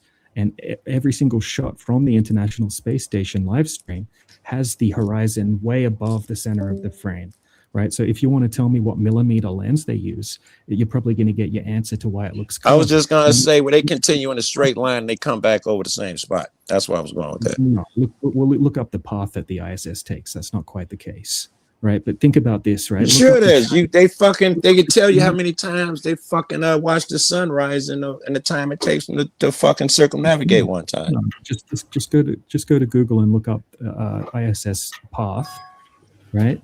And you'll see that it changes, right? It's not always. I'm sure it's not directly lined, but we know that. Oh yes, I'm not. It wasn't my argument that it's perfectly straight, but we know that because we can watch it 24 hours a day that it goes around and it comes back up on the other side. If someone were anal enough to watch the whole thing, it doesn't suddenly disappear at the 24th hour or whatever happens in your world. It doesn't say some fucking jet stream was up there pushing it around. How come it works up there? Yeah, I'm not doubting that there's something up there they're calling the International Space Station, right? Wait, I need to break in here real quick.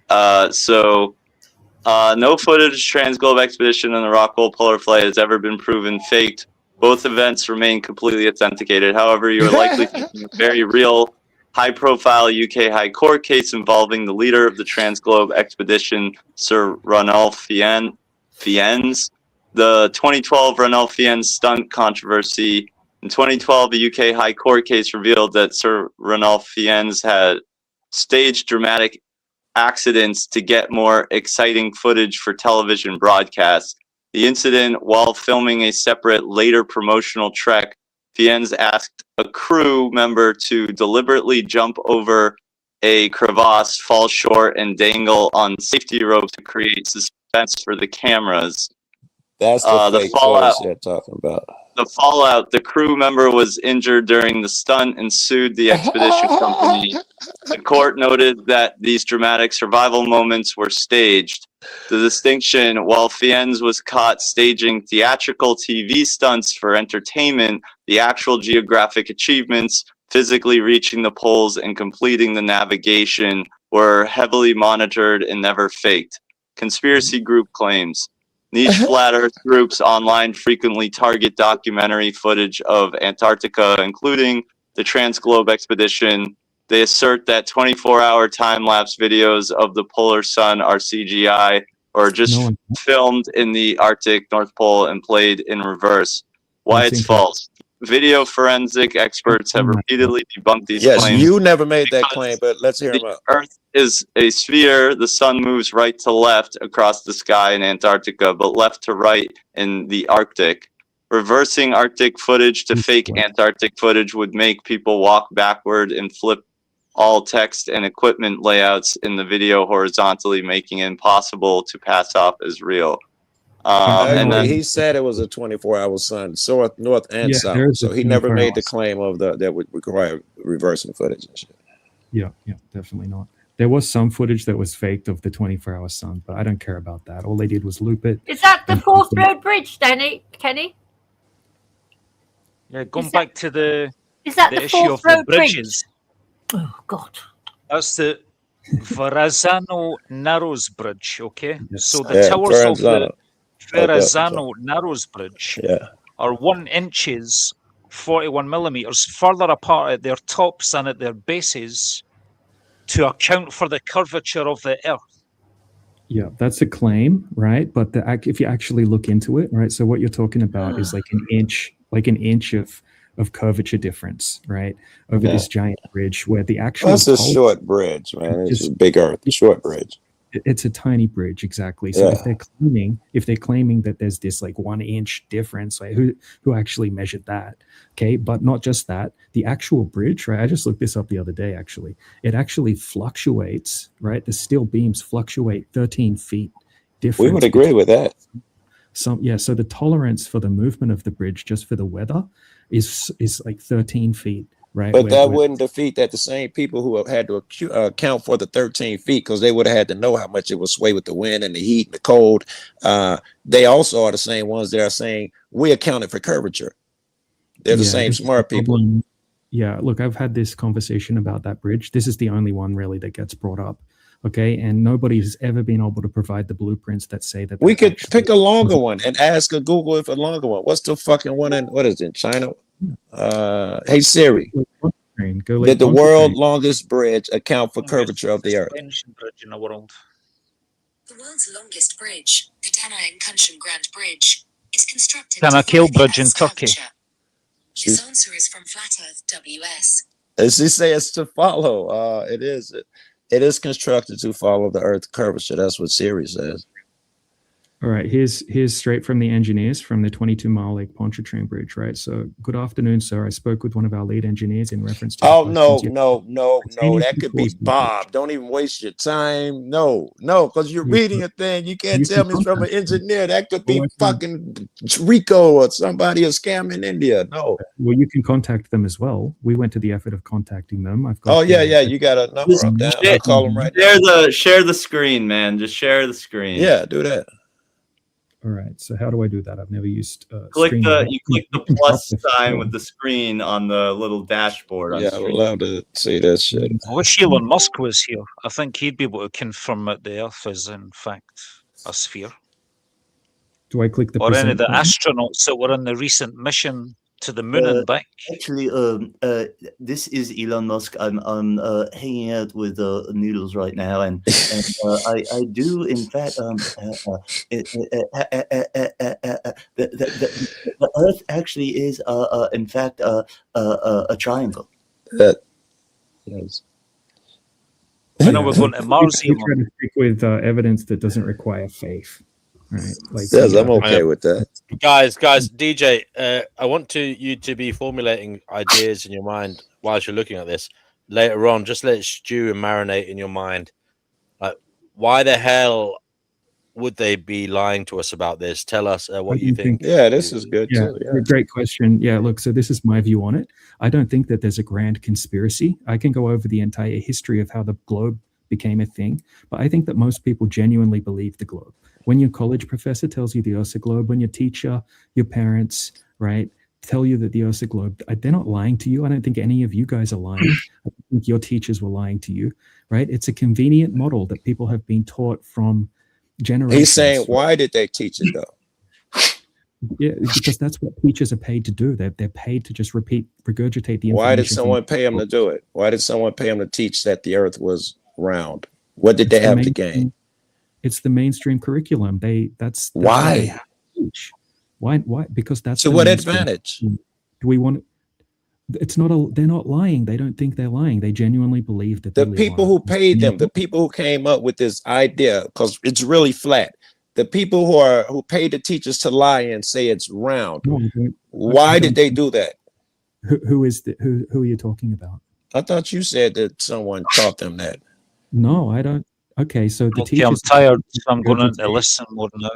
Thank you, Kenny. Thank you. All right, man. Kenny. Just to be clear, you're saying that we can't see the sun at night because it's too far away, right? Yeah, because the sun's smaller and local, right? It's not 93 million miles away and many times larger than the Earth, right? We would say that the sun's actually much. Yeah. Okay. Well, just as it appears in the sky, right? It appears to move east and west over the sky, over the surface of the Earth. It appears the same size as the moon. Not saying it is, but that's what it appears from our perspective. Now, light. Wait. If you're gonna go with size, if we're gonna go with size, as it moves from one side of me, which is all the way at the other side of the planet, over my head to the other, shouldn't it start super small, get super huge over me, and then begin to get small again? Right, and it gets bigger. It gets bigger, and it's bigger in the morning, and it's bigger at night. It's actually seems smaller in the middle of the day. I want you to answer that though. Is that what I will see? I will see a tiny speck, and then it will get bigger over my head, and then disappear to a tiny speck again. Yeah, just let me answer the question, right? So it's not local to you. It's not like your local perspective works, right? Like here's an analogy, right? If you get no, please answer my shit first. Was that what I'll see? No. What's the answer? No, that's not what I'll see. The sun should not appear to shrink much in size at all because it's already far enough away from you that you're only seeing it go down in your perspective. Okay, it's not like a local object, right? Like if you hold a tennis ball in front of your eye, it's giant, and then you throw it away, it's going to get really small because it's local to you. Right. But if you put that tennis ball on the ground, it's already reduced in angular size, and then you roll it away from you, it doesn't appear to reduce that much in angular size. Right? I dig it. I think you're saying it's super close, and by you telling me that, I can assume other things like all the other planets and stuff that I see in the night sky, they are much further than the sun. Can I assume that now by what you said, the way the sun behaves? I don't know the distances to them. I don't know. But we know the moon get really big when it's low on the horizon. Well, that's called the moon illusion, right? It's to do with the way your perspective works. Now, just because everything on the horizon locally, right, terrestrial objects get very small due to perspective. So you admit that there's a horizon. He's stupid. Horizon, look up the definition of horizon. It's the apparent location where the sky and the ground meet. Okay, we agree.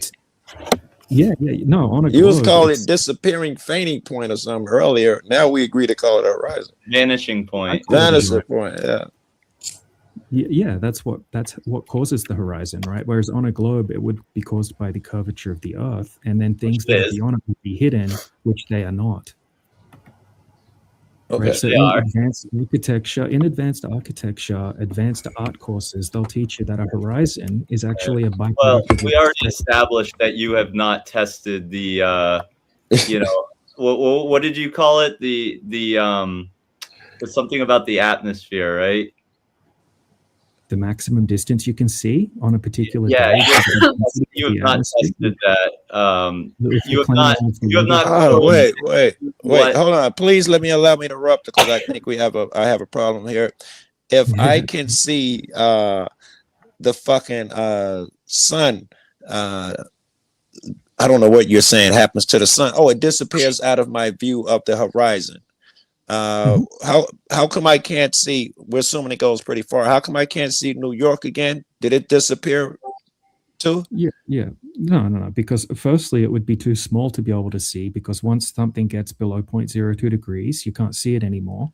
Okay, and so we second know thing that the is- sun is huge too, by what you're saying. We can Yeah, assume so a couple also- things. It's close and it's big. Yeah. Hold on, let me fully answer the question, right? So the light, when you see things, it's because the light is bouncing off it and then making its way back to your eye.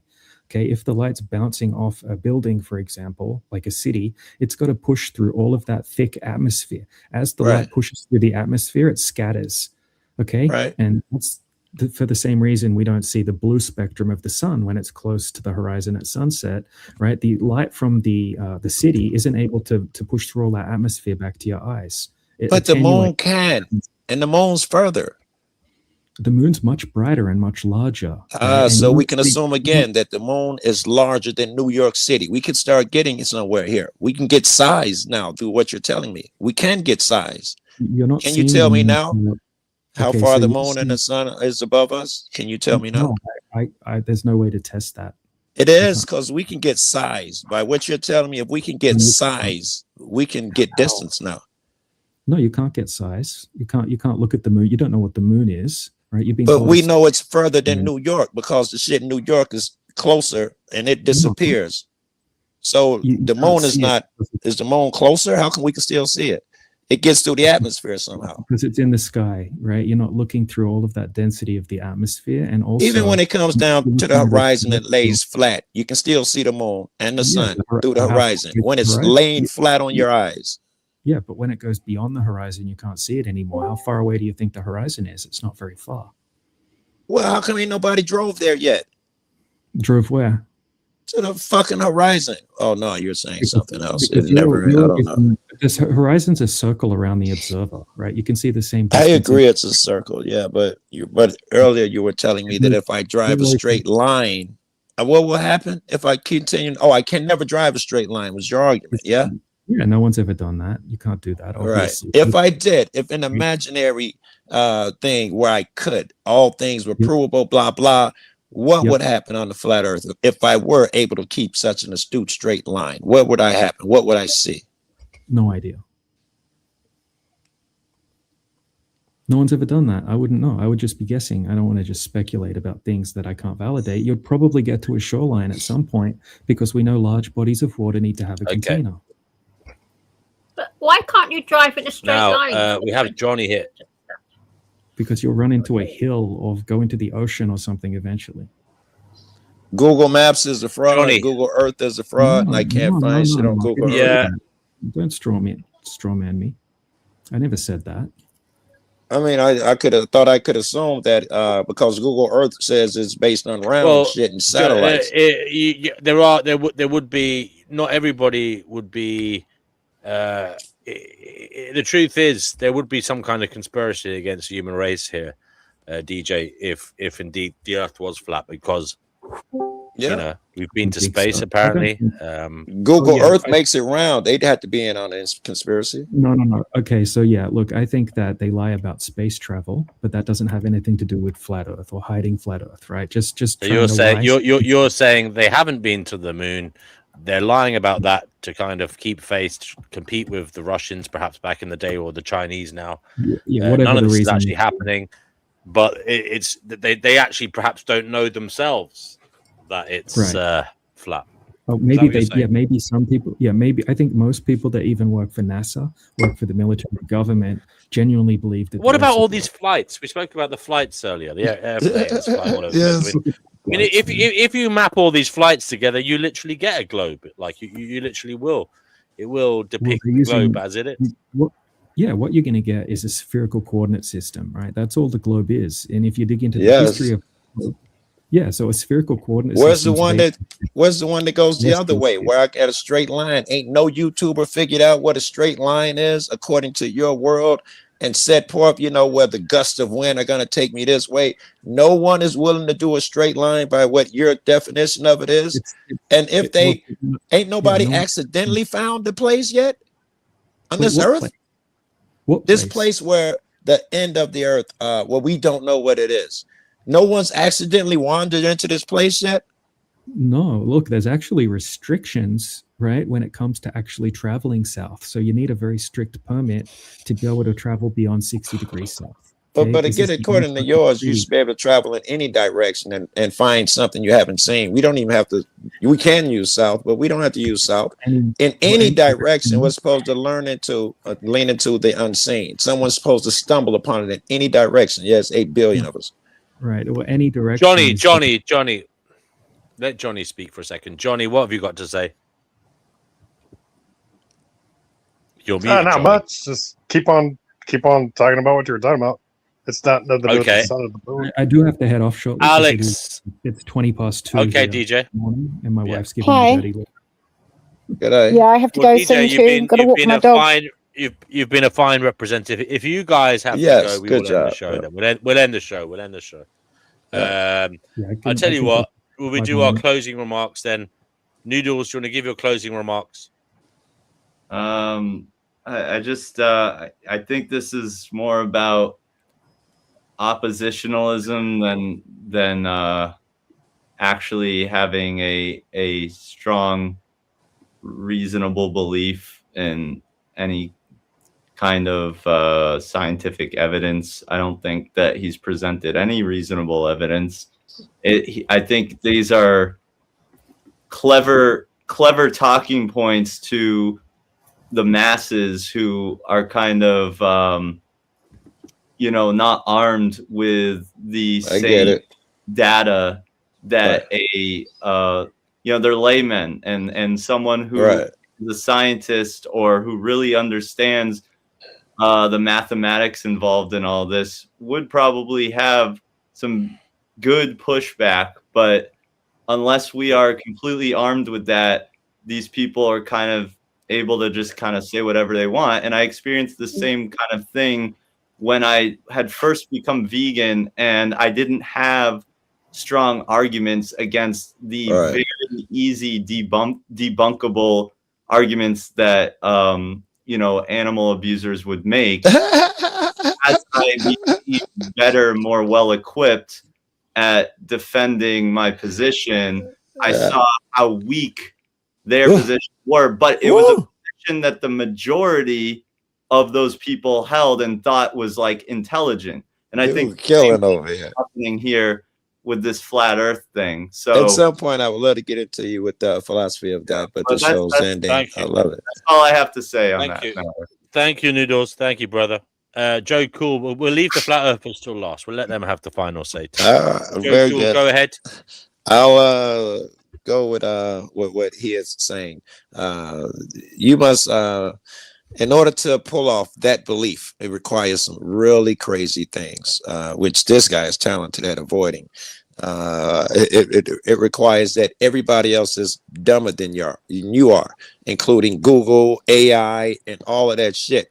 You must believe that I can say and pull up one document that I have from this one guy on this one bridge, and it somehow refutes the 8,700 other architects and shit that say your one document somehow in your head, not just you per se, all flat earthers do this, it's able to refute.